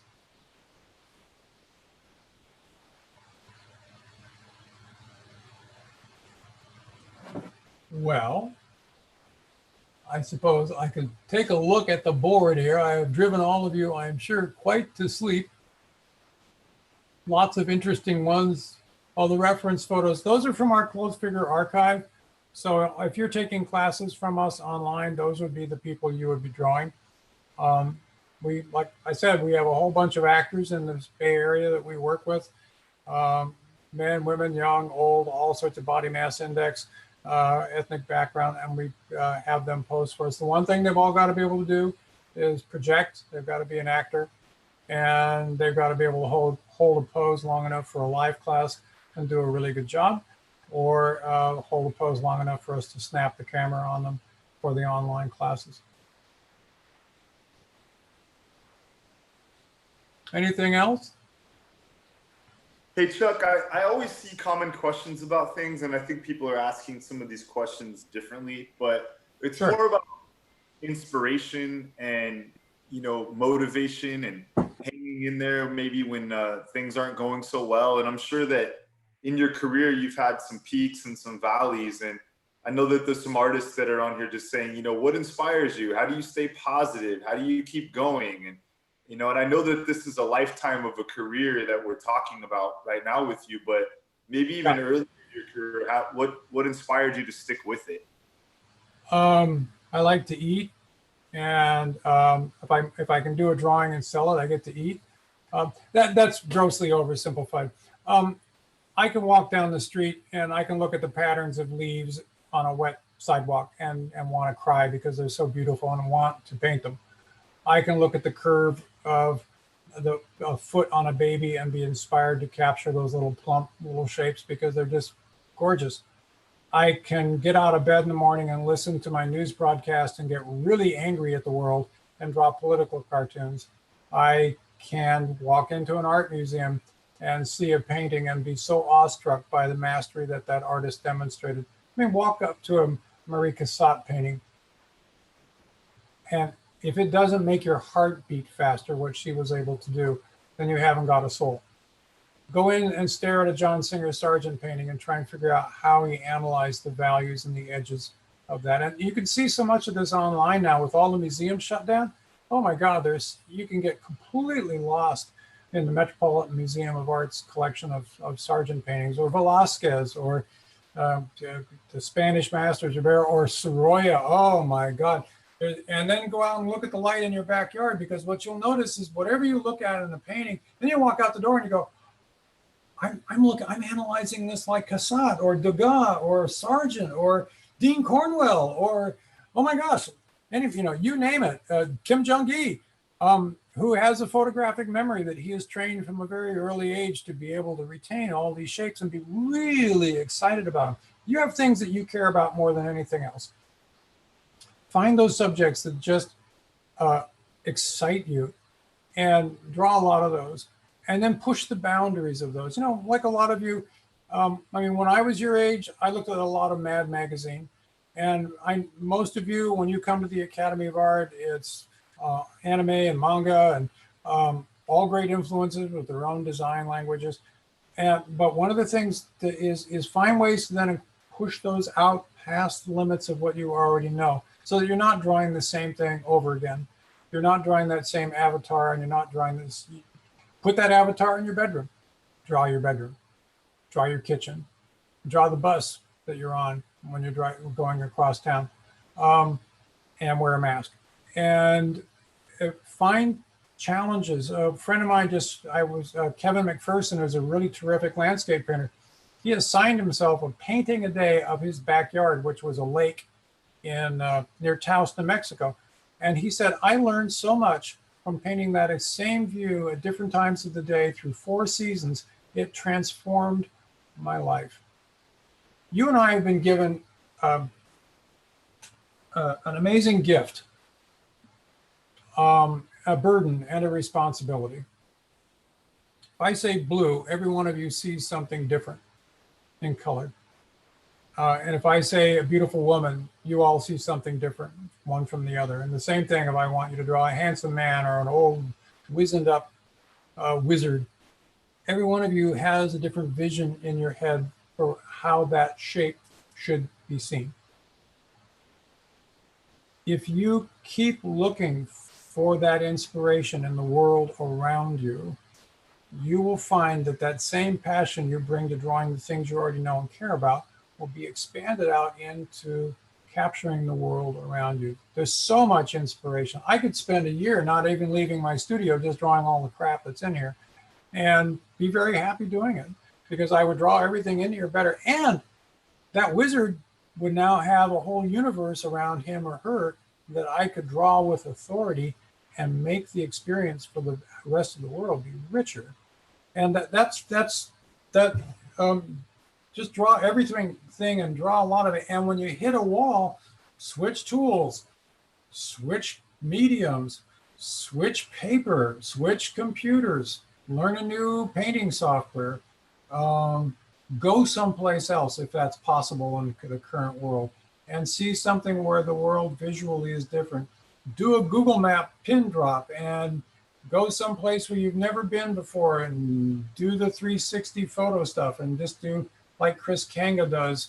You do a drawing on location event for yourself right through the courtesy of your screen. And you can go to the heart of Paris, streets of Moscow, Nairobi, San Francisco. You can stop at 540 Powell Street and draw outside my building and never actually leave your studio. But people and places and things and color and light, those are the things that are inspiring. And then find authors whose work makes you see pictures. Illustrators tell stories with drawings and paintings. Read things and experience things that make you see pictures. And if all you do is a whole bunch of these,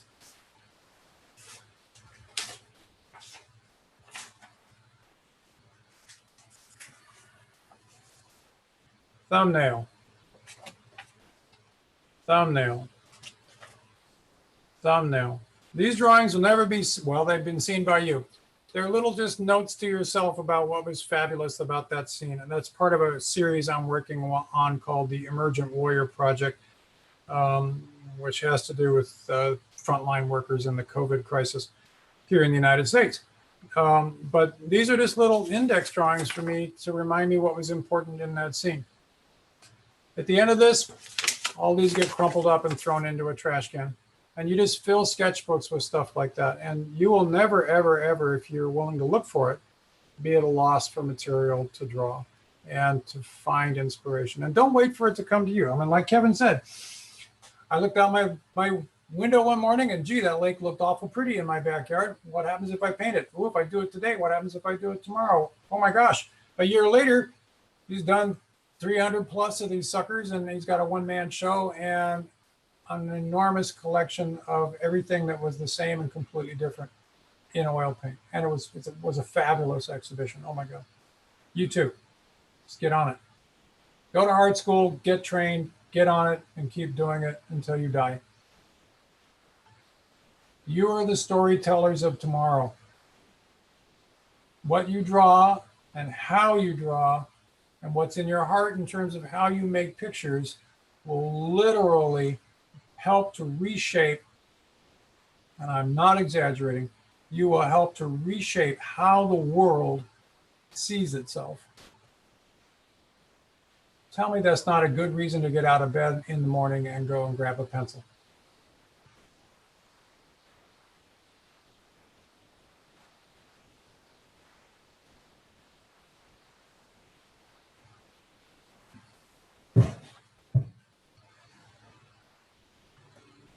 Chuck, just double checking. Did you still want Tim to play that fourth video?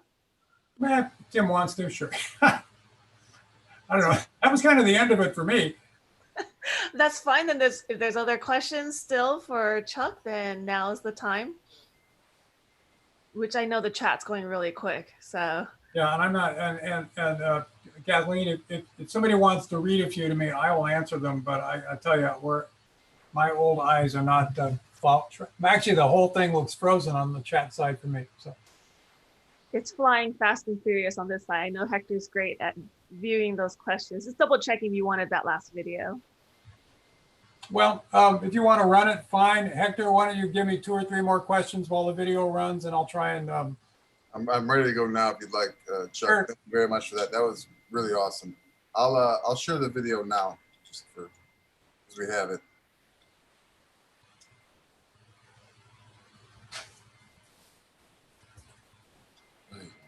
Chuck, I'll just give you some questions as they come through. I mean, a lot of them I think you were answering in your, just in your perspective of inspiration. I think you got the essence of it for pretty much everybody here. But I'll keep my eye on anything that's related to the artwork, drawing, things like that. Okay. Boy, look at how far out over her chin her forehead is. That's just so cool. So that's one of the first assessments you make, and when you're drawing a head, is where's the chin in this relation to the center of the forehead, and how far out above in relation to the chin does the head stick. Depending on the tilt, it can do any number of things. We're slipping across there. This woman is she's close to 6 feet tall. Just marvelous model. She's such a wonderful person. Yeah, once we get a little bit of shoulder and a little bit of the seam going down her shirt, and that dress out of her wardrobe, she is actually from, I forget, her father was an ambassador from someplace in Africa, and I've forgotten the country. But anyway, she works for us as a model, really charming person, and just always great costumes. So I'm not concentrating on her head right now. What I'm concentrating on are the most basic shapes. I'm looking for the flow of her shoulders away from her neck and down into her deltoids, and how the dress falls off of that. So the continuity of edge, the naked part, is on the top of her shoulders. They're spray painted green in some places, and they're spray painted gold where her skin is in others. But what I want to do is see where they fall away from the person and become the fabric. And the same thing, when you see people with their arms in a tube of fabric like that, try and see where the back of the torso comes around from behind the armpit. You can see me literally drawing that curve through to connect that. I've got a little bit of the stuff. This is a complex one because it has all sorts of folds. So to the person that was worrying about getting lost in the details, you'll notice that what I'm really trying to do is get through the most basic stretch side of the body parts. And thank heavens this is moving at double speed. And everything hangs from where her hands are. So getting the hands established early in this it's like looking at the cables on a suspension bridge. All the folds fall from those attachment points. And the hands are the bridge towers. So here we go. We're going to start getting some of those folds dropped in. We're leaving the hand here. We're top of the Golden Gate Bridge. And we're going to start drawing the cable as it falls down and across towards the other side. And you'll notice that the shapes pass through. Whenever you have something that wraps around something, everything gets squeezed. So if you have a cuff on a shirt or a belt at the bottom of a blouse or a gather around the middle of a dress, everything gets squeezed into that wraparound and then it pops out the other side of that wraparound. So wraparounds crossing over things are really important. Even though you'll notice I didn't draw the sleeve on her dress at all, what I drew were her arms back to her elbows. But I'll come back in later and add that. But I want to see what the body shapes are doing. So it's falling down. So we have a whole series of diaper folds, which are the big folds that are suspending between points. I won't bore you with all the anatomy of folds here. That's what you get in clothes 2 and clothes 1. And then it's these big abstract shapes. And I'm always trying to connect them through. So if they start from one place, where do they go to? And to me, that's the fun detective story is, okay, I see you starting from there. Where do you go? Do you travel from Philadelphia to Sarasota, or do you go from Philadelphia to Canada, off to Montreal? And so you're tracking the sort of geolocating these things and trying to see where they originate and where they source to. So because the hands control that action, that's why I have the hands in so early on this. So they bend around each other, and I'm trying to see the inside shape and the outside shape. There's that soft edge again.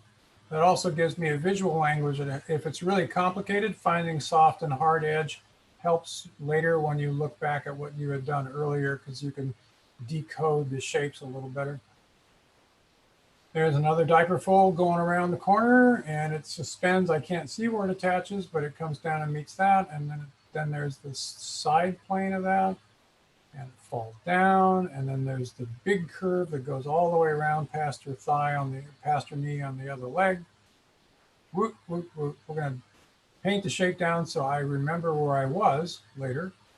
And the nice thing about diaper folds is that little crinkle on the inside edge. The outside edge of diaper folds stay smooth, and the inside edges tend to crunch up on each other. So you get these weird little hook shapes, which I think are so cool. And here we go, here we go, here we go. We're going to get that curve down, down, down. And that's her thigh, or the analog for her thigh, because it's the fabric piled up on her thigh. So it's a stand-in, because I can't see it. I know it's under there. But every big direction change, I look to see, I try and attach something to it that tells me that why that direction is changing, just like the underside of your knee or your finger. And I try and connect them across and attach them to the other side and give them a little bit of structure, a top edge and a bottom edge. And then I'm going to find her whatchamacallit, her leg. There we go. That would be a good thing to look for soon, Chuck, because your audience is getting tired. And there we go. So all those things go. So when you move a leg in a dress and it actually comes in contact with it at the knee, everything goes towards that knee, whether it's in a pair of pants or in a skirt, and then they fall away from the knee and try and wrap back around the tube. In a pair of pants, they go to the back side. In a dress, they go back towards the center of the skirt or wrap around the leg, which is right there. That's the curve of her shin.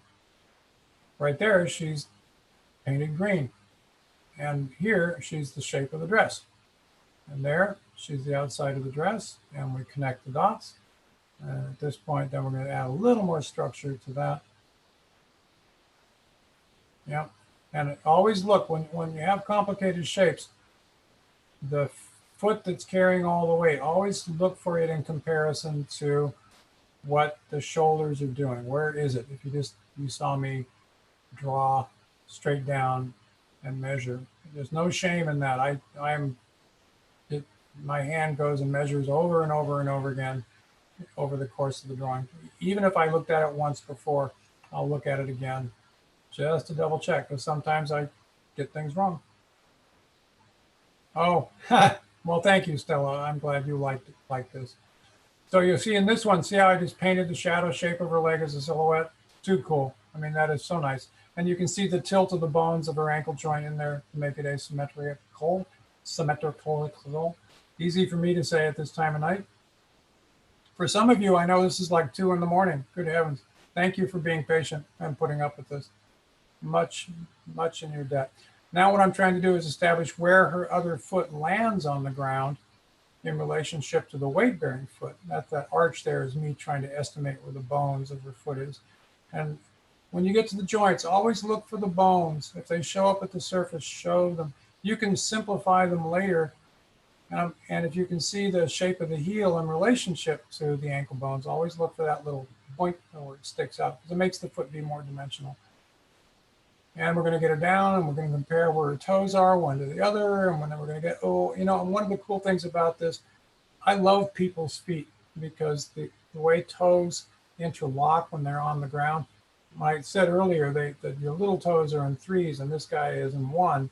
They are, but a lot of times there are little nuanced overlaps there and that make feet really interesting to draw. And so we're going to get a little bit of that down. And now we're up. Now we're going to add in a little value on our skin here because we did on our leg. So that's a design decision. Totally a design decision. So we're going to emphasize a little bit of tone there. And you'll notice I drew the outline of the, there's that sleeve. That's an ellipse. It's a wraparound. It tells you the story of how the dress is made and what it's doing and where it's pointing. And I just painted it in like a shape. Neato. This is so much. I got to tell you, this. A friend of mine, Thomas Fluharty, says that, I'm going to roughly paraphrase him, he just gets so excited. Any day drawing is better than a day not drawing. And he just jumps out of bed in the morning, and I'm told, and it's just like champing at the bit to go into his studio and draw stuff. So be excited about it. Find a reason to be excited about it. Now we're going to adjust her neck a little bit, and we're going to paint the canopy of hair a little bit as a shape. And notice that, again, what I'm not doing here is I'm not laying in patterns and textures. I'm laying down tonal shapes that I can then build back into and add detail to, but to just flow that shape around the head to find the bones underneath it. Because for most of us, your skull, the shape of your skull dictates the curves of the hair on top of it. It's the thickness and pattern of hair that determines how far above the shape of the skull it stands. Oh, neat. Yeah. Okay. So there's the L of her jaw. She has a beautiful chin. I love that. And notice that forehead is so far out in front of that. So we're going to generalize the curve of the lower third, the center third of the lower third of her face, her mouth parts, to get the curve of the vertical curve in place. So mouth's curve in 2 axes between the bottom of your nose and the ball of your chin and around the corners of your mouth. So you're always looking, so in this case, this helped me to find the vertical axis. And now we're going back in and finding cheekbones. Woohoo! And corners for mouths. Now we're going to start to plant the other axis. So, yeah, and there's that 3-part on the top and 2-part on the bottom. And then what's the shape of the angle of her lips as they tilt in towards the center and out towards, the lower lip sticks out. And it's a wraparound. It's a really complicated ellipse, just like the corner of the end of the sleeve of her blouse. That is so nice. Not the drawing, just the looking. It's just so much fun to discover all these things. So with that really basic, simple shape that I will then adjust as I go back through it, I had the tilt of the model's head in place and the basic skull shape in place in relation to the neck. Now I'm going back in and I'm measuring the tilt of the bridge of her nose, and I have her cheekbones in place. So I'm running out of places to put her eye socket inside to define where the bones are and the soft tissues around her eyes. And I try and save putting the eyeballs in until later as much as I can. Oh, now we have a 3/4 view, so the curve of her eyelids is really important. But you get the attitude of the head and you get the width of the head. And then any extra detail you add on top of that is like gravy because it just helps to zero in on the detail. But you've created the house around the furniture that these little features represent. Always hold off on that if you can, unless it's super important to the pose, to get the bigger attitude of and design of the head down. So if she has a very nice rounded forehead, that's a little too rounded straight up. And yeah. That was an observation someone put in the chat, and I'm just curious if, you know, they said, hey, you started with the head, then you moved to the other pieces and now back to the head. Is this kind of what you're talking about as far as starting with the house before the furniture? Yeah, exactly. Because you'll notice the head was pretty much just a real loose construction of forehead and cheek and jaw silhouette. And now I'm coming back in and adding detail because I knew in this drawing, I wanted to focus on the construction of the dress and the big fold shapes in there.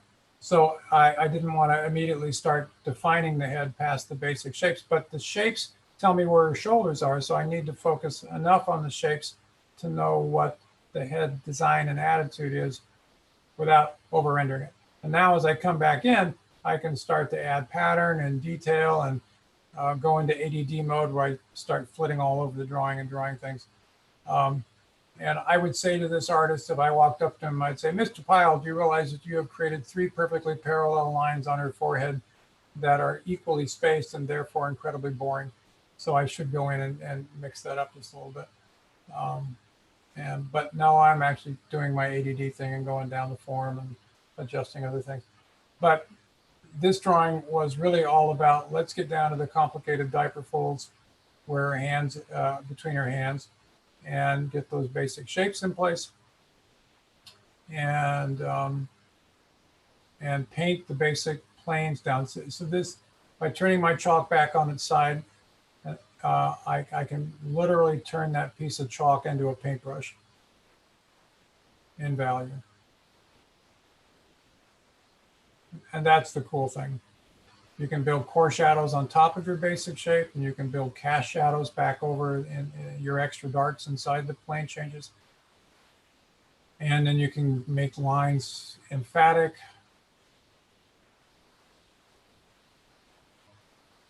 And then realize that if you embark on this in one area, then you have to finish that area enough to make sure you lead your viewer across it and get them out of it. So I've got the gesture. I've got the basic diaper folds. I've got the attitude of my model's head and construction of it. I've got value.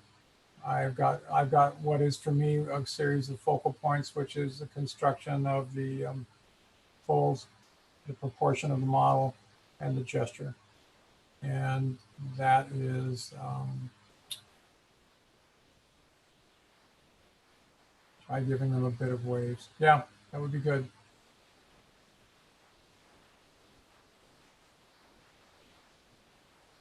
See what happens next. The end of a long night. Yeah, we're going to get that and attach that squeeze thing around her hand. And then we're going to, so all these folds going straight down hang off the high points of her breasts. So I want to find the line of her breasts and then attach the points of the folds to that. So you'll see the same thing on guys if they have really big pectorals and a tight shirt.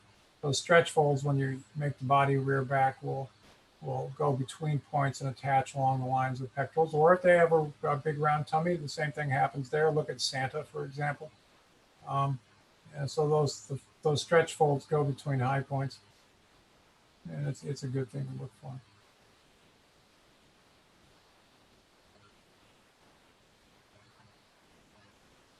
And ba-boom.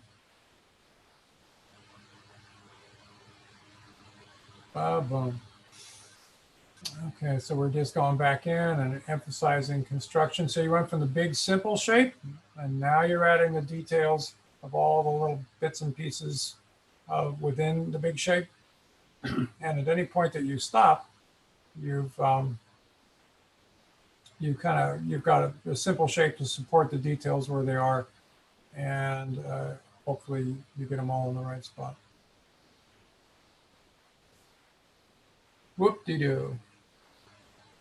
So by the way, cast shadows are really great because they express the distance between objects, because whatever's causing the shadow, it has a spatial relationship between the shadow and the thing that it's laying on. And so they're fun to draw because they help to delineate the form they're sitting on, and they also help to express the space between things. All the other shadows in that area are basically turning form shadows, which means they're rolling away from the light, some fast, some slow, and that affects how sharp their edges are. Oh, good. Are you going to go back in and save that? Yeah, we're going to push on our eye a little bit there and get a little more detail in that. We'll give her a bit of a look there. Yep.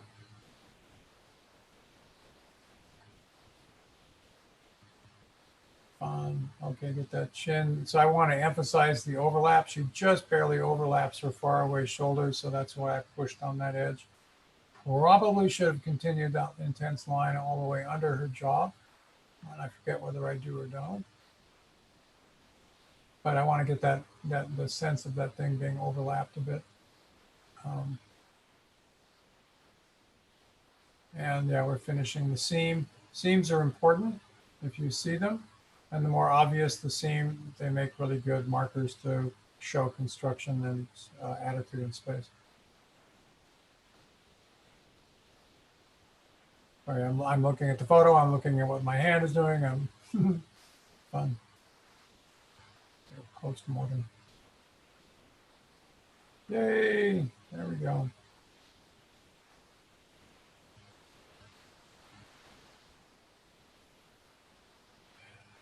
And we are almost wrapped up. So again, have a purpose for what you draw. To me, it was the attitude of the gesture was really important, but the challenge was capturing the weight shift in that stance and those great diaper folds. So that gave the drawing a reason to be done. And everything else that I'm adding back in is at this point just icing on the cake. And finally, I'm getting back to doing something a little more fun with the spacing of the curls of her hair. Yay.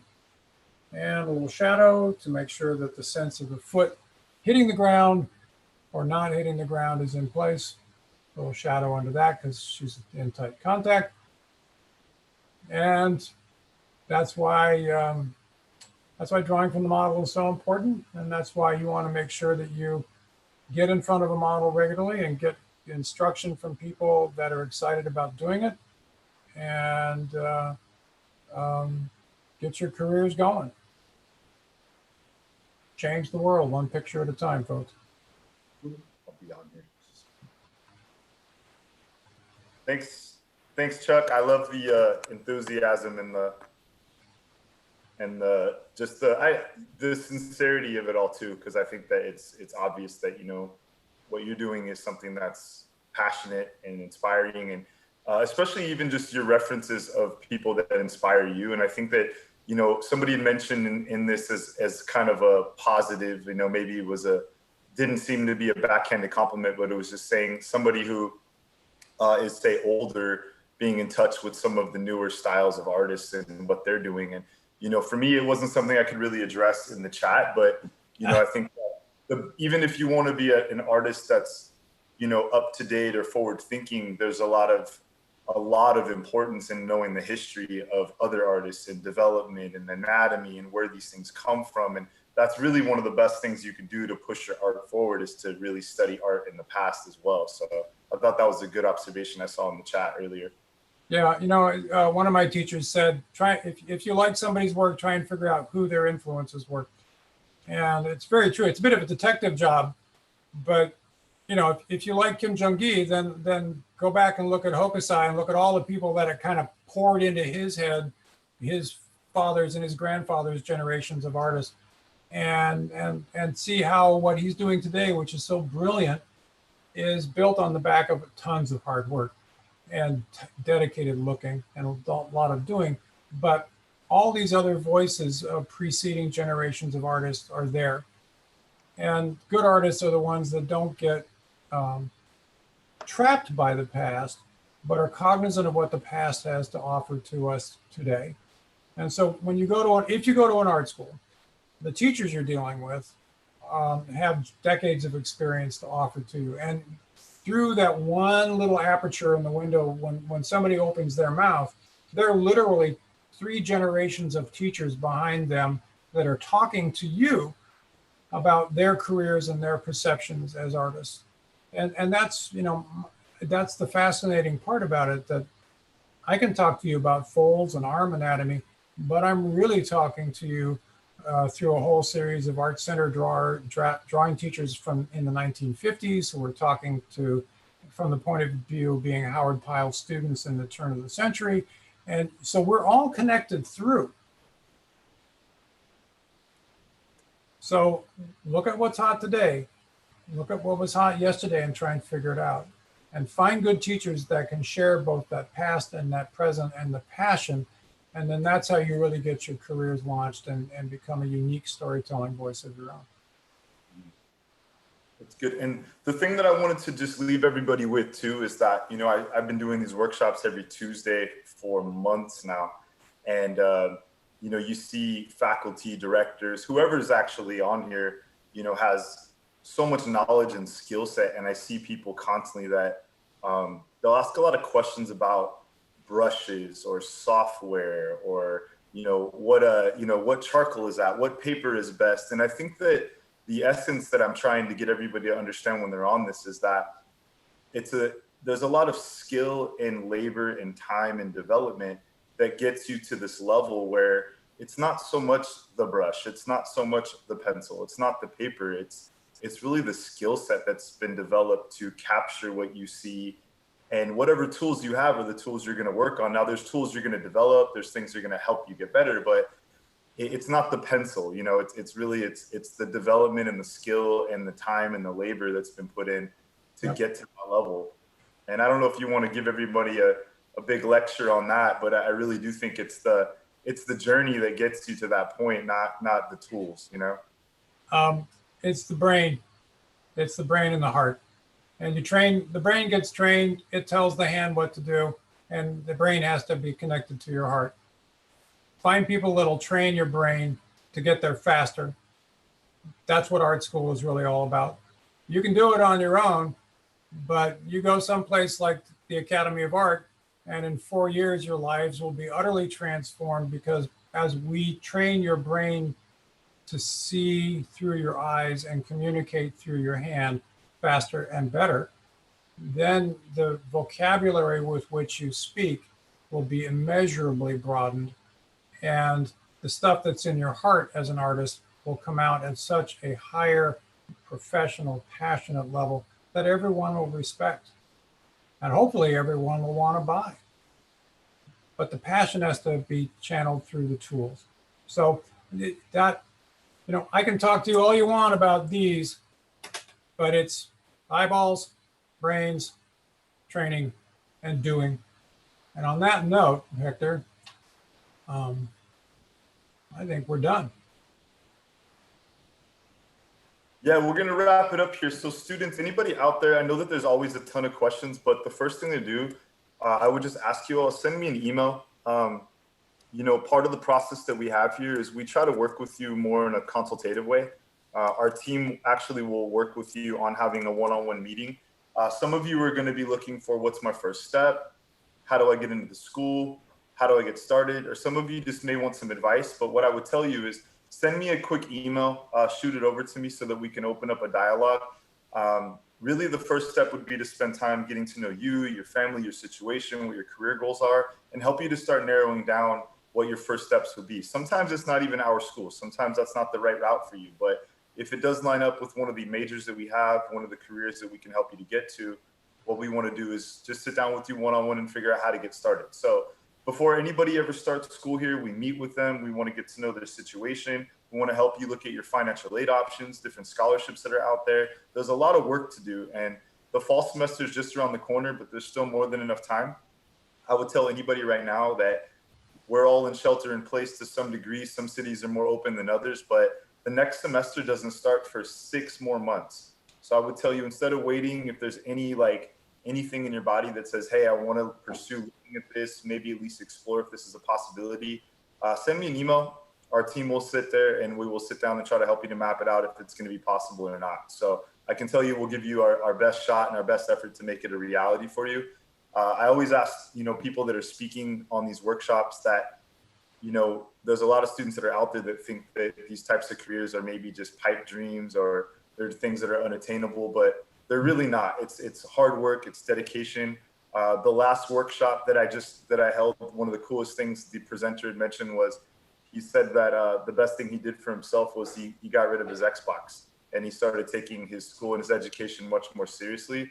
And that was something and this guy is a professional designer for Adidas. And you hear those common stories no matter where you go that people made those sacrifices and they made their skill development, their education, their journey to get to their career goal as their primary focus. And I can tell you that's the secret to success is working hard. And, if you're finding yourself lacking motivation, what I would tell you is you have to think bigger picture and you have to think that if your career goal is to get to here, there's going to be some peaks and some valleys, but you have to keep your eyes on the prize. That's the main thing. Yes, and it was Eric. Yes, I thought that was really cool. Yen Wei Chen. So anyway, so last thing I'm going to do is before we hold everybody hostage, I usually hang back to take some questions. Please, if not just for my self-esteem, send me a couple emails, say hello, tell me what you thought about the workshop, but we'd love to work with you. I'm going to also drop the link to the application to the university. So if you feel like, hey, I do want to apply and I'm really certain that that's what I want to do, fill out an application. We offer majors in associate's, bachelor's degree levels. If you already have a degree, we can talk to you about the difference between an MA or an MFA option for you. So we have tons of different routes for everybody. One myth buster I want everybody to know, you don't have to have a background in illustration to go to school for illustration. So our school is designed to teach people coming in at all different skill levels. So even if you're looking to get your master's, you can't double major.